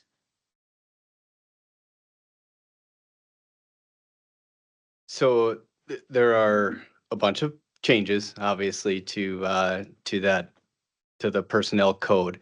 I think the biggest one that we look at there is the elimination of the grid system and replacing that with the requirement, with a requirement for us to provide a pay plan to the board each year for approval. So that is pretty much the biggest change to that. There are some other changes there. It's eliminating some other components of that we would consider policy type language. So you'll see some more policies coming next on the agenda, and that is putting into policy a lot of the items that exist currently within that ordinance. So they'd still be able to be changed, just it's not in ordinance language, but I would say the largest change to this ordinance is the elimination of the grid system.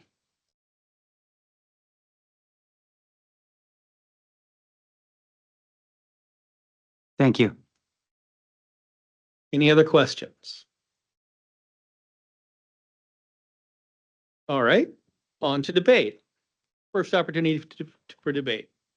Supervisor Steen. Yes, I guess I don't rise, but I sit to, I'm against this, eliminating the step system. I think we're trying to balance the budget on the backs of our employees, and I think by going to what we're doing is, we're opening up a can of worms, and we may, come to regret it. So I will be voting against it. Thank you. Thank you, Supervisor Steen. Anyone else?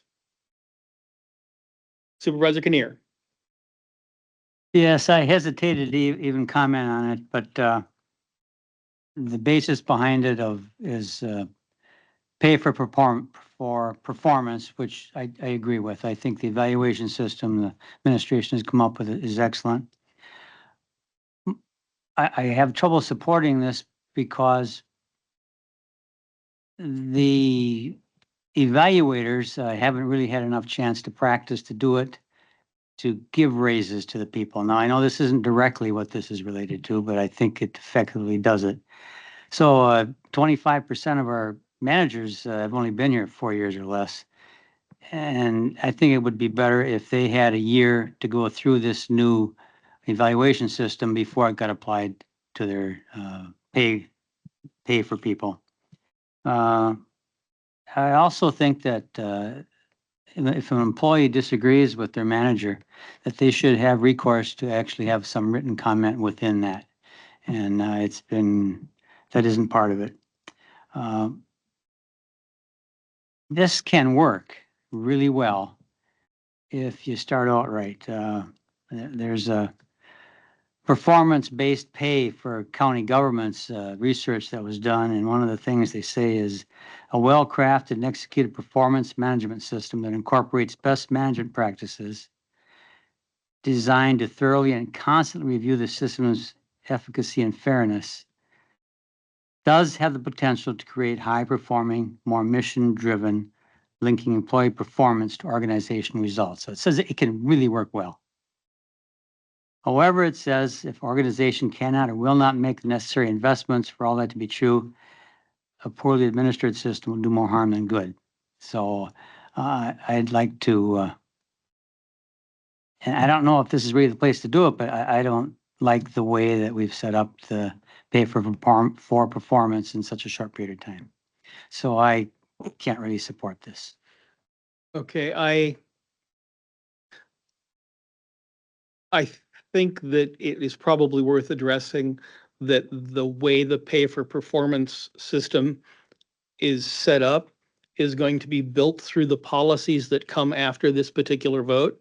This vote repeals essentially the grid system, allowing us to make that next step. So we couldn't do that without this step. So just purely for clarification's sake, this is a necessary step to get to the proper implementation that you're talking about.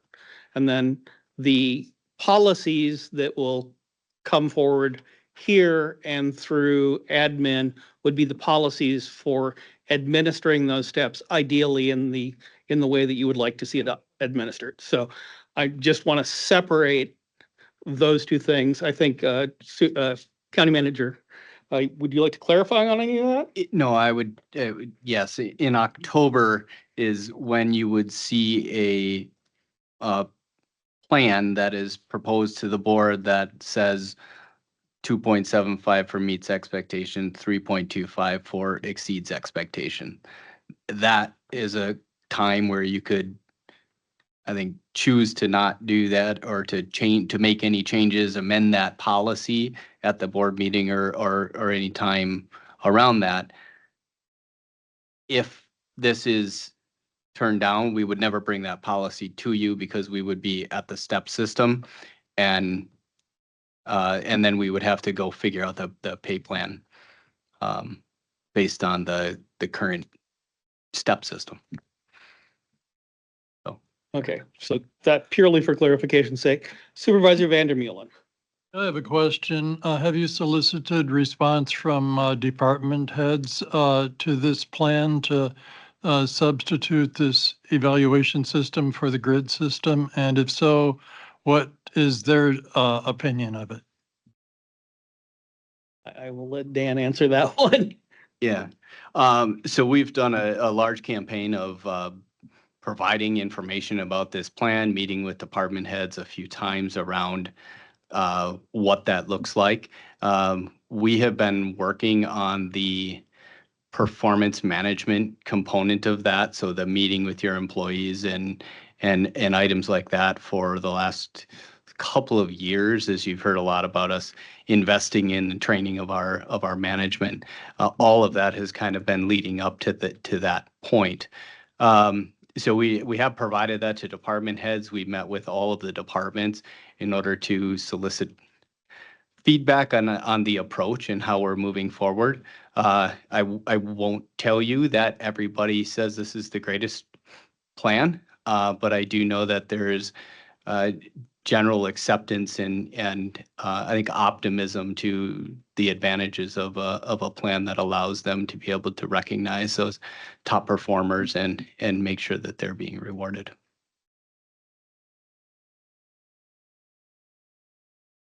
Answer your question, Supervisor Vandermeulen? I guess so. I mean, I have some concerns about this. I think people learn in school sometimes that they have to get all A's, and those people in an evaluation system would have to get the above instead of the within rating. And I don't know if that's good for them and their families. That's one of my concerns. Another concern is that it puts department chairs in a difficult position of, I think, for them to perform well in relation to the county expectations is to not give too many high ratings.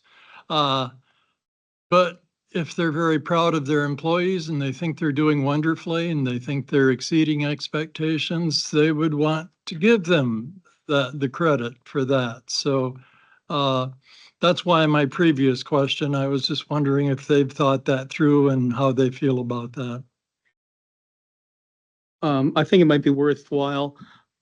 The first round of this new evaluation system has gone through. Dan, I think you have at least the rough numbers on how people performed overall on that. You want to, I think just that might address your question, if not directly, at least obliquely.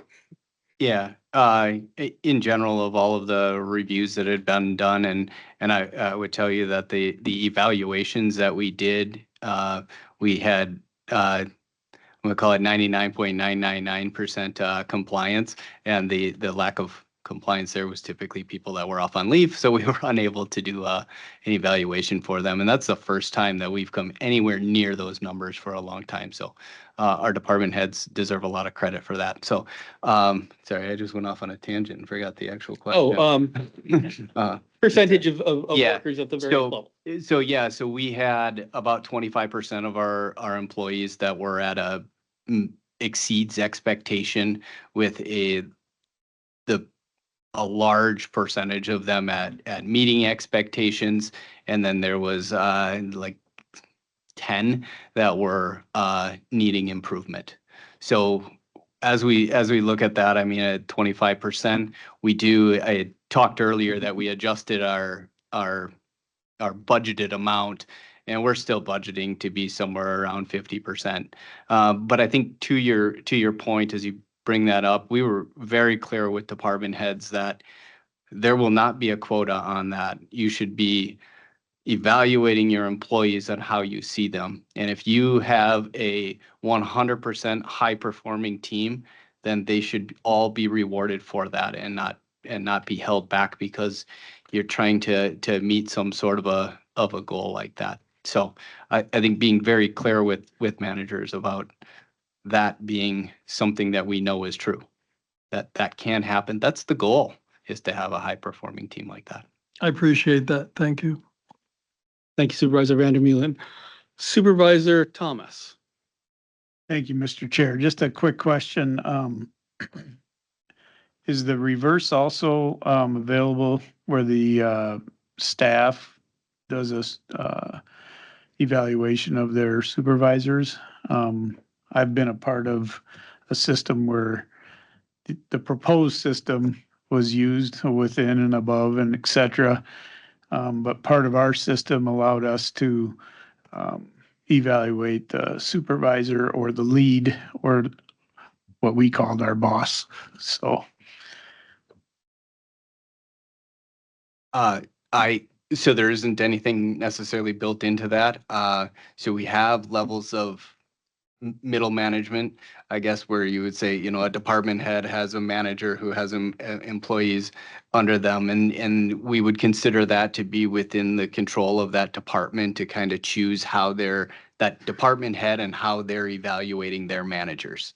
I do know that there are departments that are doing a level of that, because it does give you a good 360 view of how that manager is evaluating. From my perspective, as I oversee 19 of them, certainly have thought about doing that. It is an intention to be able to get some sort of a feel from staff how their manager is doing, as well as other colleagues. I think specifically some of those areas, like where I came from, IT, human resources, as you integrate with all of those different department heads to be getting some feedback from the other people that engage in. So nothing formal, but yeah, I think that's the only way to truly get a strong evaluation of that. And I think there is certainly the opportunity to have a discussion about whether we should create a formal process for that, but not under this agenda item. It'd probably be a conversation to be had with HR and admin. Supervisor Stina, I will get to you, but this is your second, so everybody else gets a bite at the apple first. Supervisor Laufer. Yeah, I just have a concern that will this create animosity between the workers that perhaps don't get evaluated and they feel as if they have performed well, but somebody else, arbitrarily determines that they don't think they did. Will that create an animosity between the workers, those that do and those that don't? And will it cause problems between the workers and the management that makes those decisions on that? It's just something that, knowing the human nature and how people covet what other people get or have. I was just curious as to whether anyone thought about the possibility or potential to create a bad workplace environment because of that type of thing that could happen amongst the workers. So that certainly is one of the greater risks, right? Is that can happen. And I think we look at that as the role of management to kind of manage that team and to, as much as a person is, they may look at another person and say they haven't been judged fairly. We've really focused on working with our management to make sure that they are very clear as to why a person received their rating and what they can do in order to get to that next level. And so we're not necessarily comparing one person to another. We talk a lot about the aspects of how you bring yourself to work is one of the big things there. And these are some of the things that I think you can do. And maybe it's you look at this other person, well, I don't think they do that. Well, they have some other things that they bring to the table that are also valuable. And so it really isn't an apple-to-apple comparison, but I think a lot of that is in the conversations that our managers have with their employees. And that's been the focus. That's been the training. That's been over and over again. If you hear our department head meetings, you go through all of that. It's the conversation, and we'll say that over and over again. It's not an evaluation. It's a conversation that we have a strong relationship with each of our staff members so that they know where they are, where they stand, and can have that disagreement. If they wonder why somebody is getting that rating and they're not, they ask their manager and they have that open conversation as to why. That's our hope. Could you actually still use the step system, but could they miss a step, or could they be evaluated to miss a step so that people could get an annual raise or by time step up to another level? But if they weren't performing well or whatever, you'd have the option to have them skip one of those step ups. That way, you see what I mean? That way people could uh, theoretically get a raise if they're doing their job well or whatever. But if they're not, you know, management could then just have them skip that one level there or whatever. So that is the current ordinance. It requires a satisfactory annual evaluation in order to qualify for a step. So it's always been available to managers to say you don't have a satisfactory evaluation. I think part of that is what is the definition of satisfactory? Right. Which is, you know, that's subject to. Well, thank you. I appreciate it. Yeah, and I think it is worth noting that the intention of removing the steps is not an intention to prevent everybody from getting an annual raise. It is largely to give this body a little bit more flexibility in what those numbers look like, and to give management a little more flexibility in rewarding high performers better and incentivizing low performers to do better. Supervisor Larry Bjork. Thank you, Mr. Chairman. I've never had any experience with the step system. It's everything I've always done have been on performance. You do your job and you do it well, you'll be successful. But other than that, my biggest idea on why we should move forward with a change is that number one, every manager that I've had to work with in Dunn County has been, I feel, exceptional people. And they're compensated well.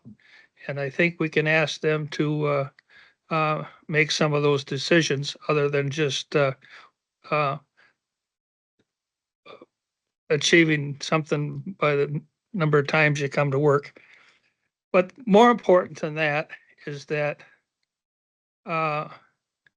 I think we need to support Dan Dunbar.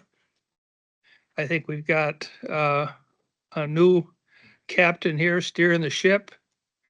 And I think that he is turning over every rock that I can see to make this a better functioning organization. So if I support it just because he thinks it's a good idea. Thank you, Supervisor Bjork. I will note that Chris was involved in the planning process. Yeah, I guess blame Chris, credit Dan, or blame me and credit both of them. However that works best. So I will note that what we're primarily debating here is the rescinding of this ordinance. And a lot of what we're talking about in our debate is the policy, because the policy is, you know, sort of broadly part of this discussion. I'm not going to shut that conversation down, but I will note that we are largely debating the next item on the agenda, not the actual item that we are on the agenda for. Supervisor Hagan. Thank you. I've been evaluated with this system before, and I just wanted to reiterate what the county manager has said, that it is the conversation between the evaluator and the evaluatee that matters with it. The things that needed improvement, I agreed on. The stuff that I excelled at was great to hear. So I will be voting in favor to repeal this ordinance and move on. Thank you, Supervisor Hagan. Supervisor Wolf. Thank you. I just wanted to say that I am currently part of a team that has a lead and 4 assistants, along with about 35 associates. And I, this, this plan is what we use currently in that profession, with one set that we get evaluated annually. And we also have the opportunity to evaluate our leads and assistant leads. So it basically full circle. And I don't see a better way to do it. That's all I have to say. Thank you. Thank you, Supervisor Wolf. All right, I think that's everybody who wants a first bite at the apple. Supervisor Steen, here's your second. Now, let me see if I understand this correctly. You're saying we have to turn this down to get to the next step, without knowing what the next step is.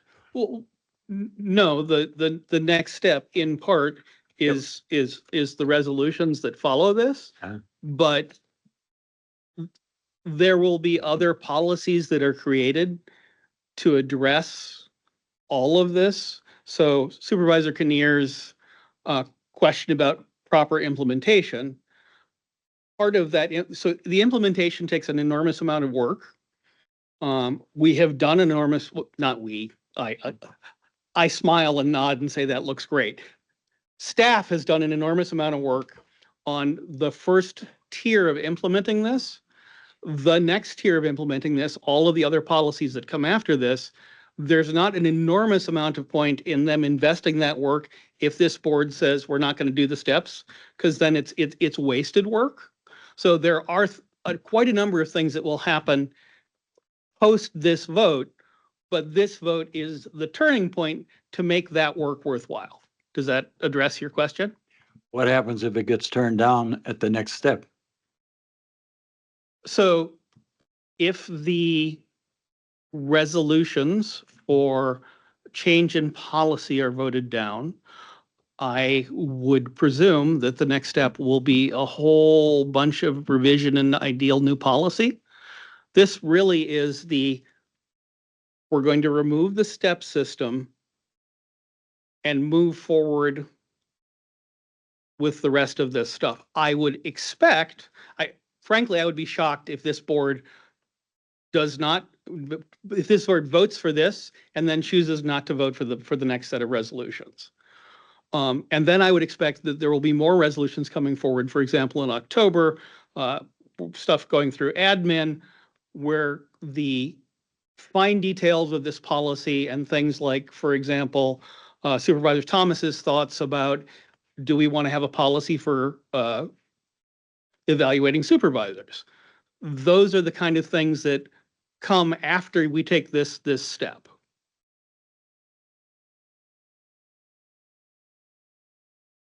I know you worked mightily hard to convince me, but oh no, this do what you need to do, man. This this is kind of like buying a pig in a poke. We rescind this, but we're not quite sure what we're going to get down the road. And that I don't want to say anymore because I know everybody's working hard on it. But I'm not for it. So thank you. Supervisor Bashand. Just a clarification. So if we pass this and we move a lot of things out of the current ordinance that we're taking to policy, but then later decide to deny the policy, then we have no guiding documents. So we need to pass this and policies to maintain those guiding documents. Yes, that would be, I think, a reasonable characterization. The resolutions that follow this are the first set of those guiding documents. I would expect there will be more going forward. But yes, if we rescind the current ordinance and then don't pass the resolution, there will be a certain amount of scrambling happening, starting, I would assume, tomorrow morning, or possibly later tonight.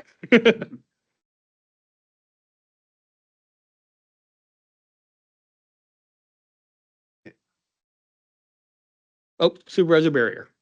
Would it be fair for me to ask if Supervisor Kinnear has changed his mind in the course of this discussion? Is that a valid question? I don't think our rules of order work that way, because you have to ask me the question. And then I would have to ask Supervisor Kinnear, and I'm not entirely as interested as would be in that answer. I don't know that that would be an appropriate parliamentary procedure. Fair enough. May I ask if he has additional thoughts to share? Sure, so I'm gonna go with Supervisor Burnt, because this will be his first bite at the apple. So Supervisor Burnt. Thank you. I guess this is one of the things where I've also had experience in, but I don't, like it's been described before, we can't really craft a new payroll system if we don't make the statement that we're going to reform the system, arguably, in my opinion, for the better, especially as it's been described to me in the past, that right now with the grid system, you have a ceiling. You get to that ceiling, there's nowhere except for interest, cost of living adjustments. This new system I see allowing us to be able to continue to reward those high level employees that have spent many years here, as well as put in a lot of work. And so I think that this in all ways would be beneficial, but again, we have to start somewhere, and this would be the place to start. So Thank you, Supervisor Burnt. Anyone else? Oh, sure. Dan, hop on in. Yeah, so I think as I'm hearing all of this, the current procedure, if this ordinance doesn't change and how it's been done in years past. So the ordinance essentially has a grid system, right? And we would typically recommend a cost of living adjustment and steps. And we would identify what that cost of living amount is and then steps. The ordinance as it's currently written allows for you as a board to choose whether you are going to provide steps or not, based on budget. So that's as written in, so steps aren't a guarantee, steps are based on budget. And then that cost of living is another component that would happen.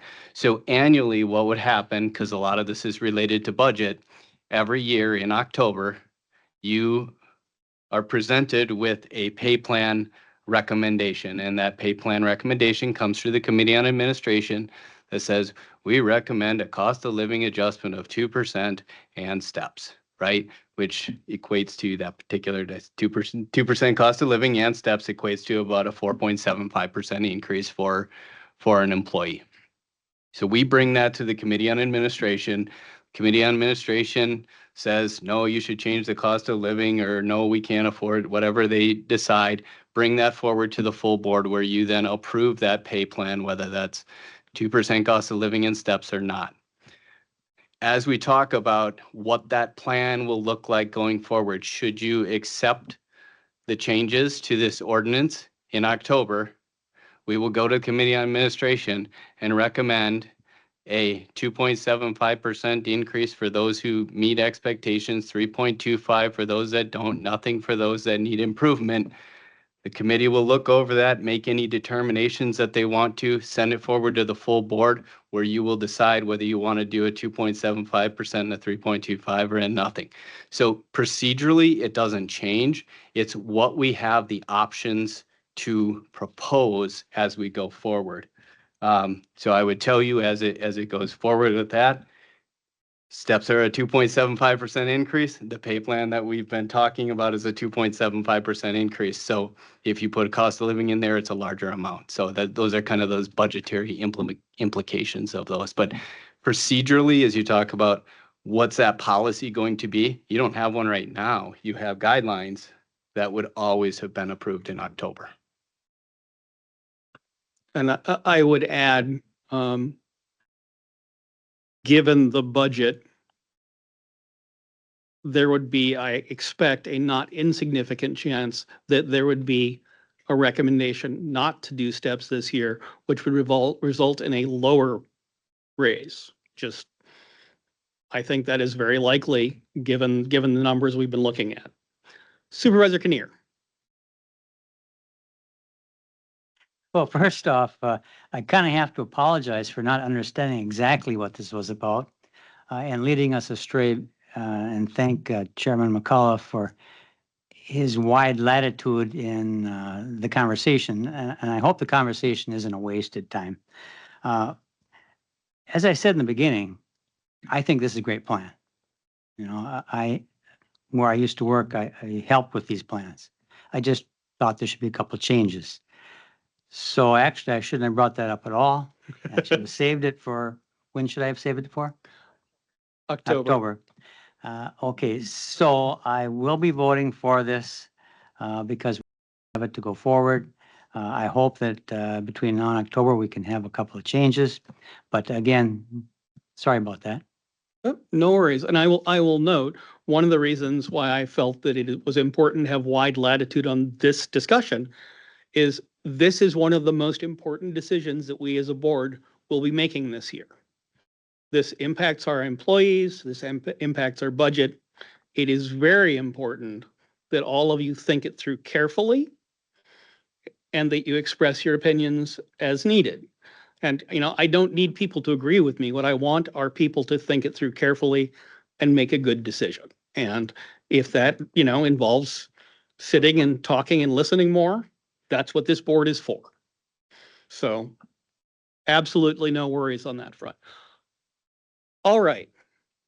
So we have a second call for debate. I think we've hashed this out pretty well, but that's the next step. All right, we are ready to go to a vote. I'm going to try a voice vote. I think the answer is going to be pretty clear, but if it's not, we'll move on from there. So all in favor? Any opposed? No. That's pretty clear. I can be louder. I know you can, sir. Motion passes. All right, so that's the ordinance revision, replace personnel ordinances with human resources code, second reading. On to 2, resolution to approve administrative policies. 1, budget amendment and adjustments, 2, job titles and descriptions, 3, salary administration. Do we need to do this as 3 separate votes? I don't think we do. Great. So I need a motion and second. Supervisor Bashan, Supervisor Wolf. All right. Are there any clarifying questions on now the big chunk of policy stuff? All right, seeing none, first opportunity for debate. Second opportunity for debate. We are going to move on and vote on this then. All right, all in favor? Any opposed? Motion passes. We are not adrift with no policies. All right. C, Community Resources and Tourism, resolution recognizing SNAP staffing. I would need a motion in a second. Supervisor Hagan, Supervisor Burnt. Are there any clarifying questions on this one? I think it's fairly clear, but we will answer them if we need to. Supervisor Larry Bjork. On the, is this the 50,000 that was eliminated?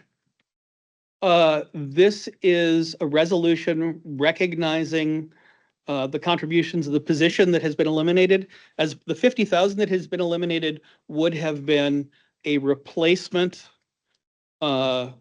employee to do some of the same things. So this is the resolution recognizing the value of the SNAP program as we have had it up until very recently.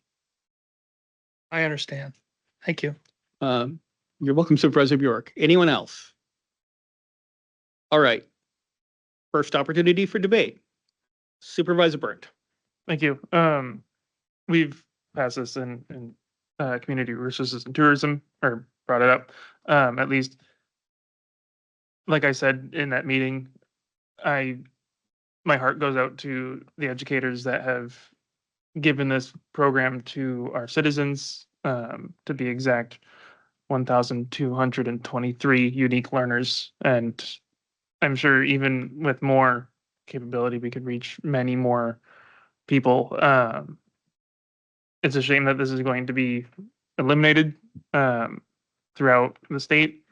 And I think it will ultimately end up being a disservice to everybody, but that's part of that is out of our control. But I would personally just want to recognize all the hard work that those people have done and share my appreciation. Thank you. Thank you, Supervisor Burnt. Anyone else? All right, second call for debate. Seeing none, we are ready to vote. All in favor? Any opposed? Motion passes. D, Judiciary and Law. I, ordinance amending Chapter 7, Sections VI of Dunn County Ordinances. Oh my goodness. Fees 7.6.01 Sheriff's Office, first reading. I will need a motion and a second to put this on the floor. Supervisor Wilsey moves. Supervisor Jetson seconds. This is the first reading. So we don't really do anything else on that until next time around. Aye. Ordinance amending Chapter 26, Maintenance and Board of Prisoners, first reading. I need a motion and a second. Supervisor Jetson moves. Supervisor Wilsey seconds. Again, it's a first reading. It is now on the floor. Questions and debate next time around. On to announcements. Our next meeting will be October 15th. It'll be a big one. Hopefully it will be quick, but I imagine we'll have a good deal to do. Are there any other announcements? Supervisor Thomas. Thank you, Mr. Chair.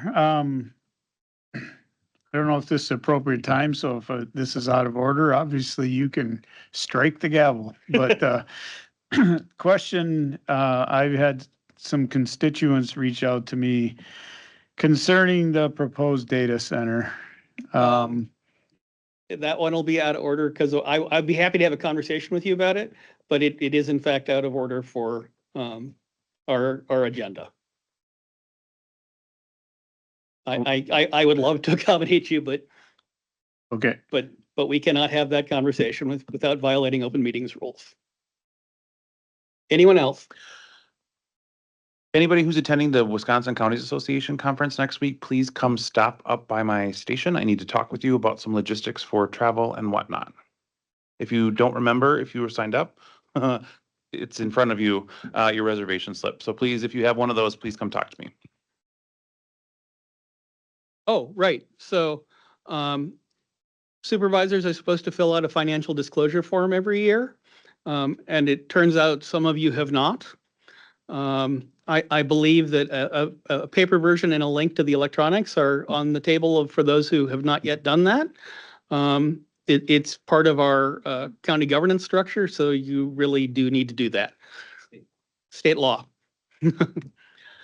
And with that, we are adjourned.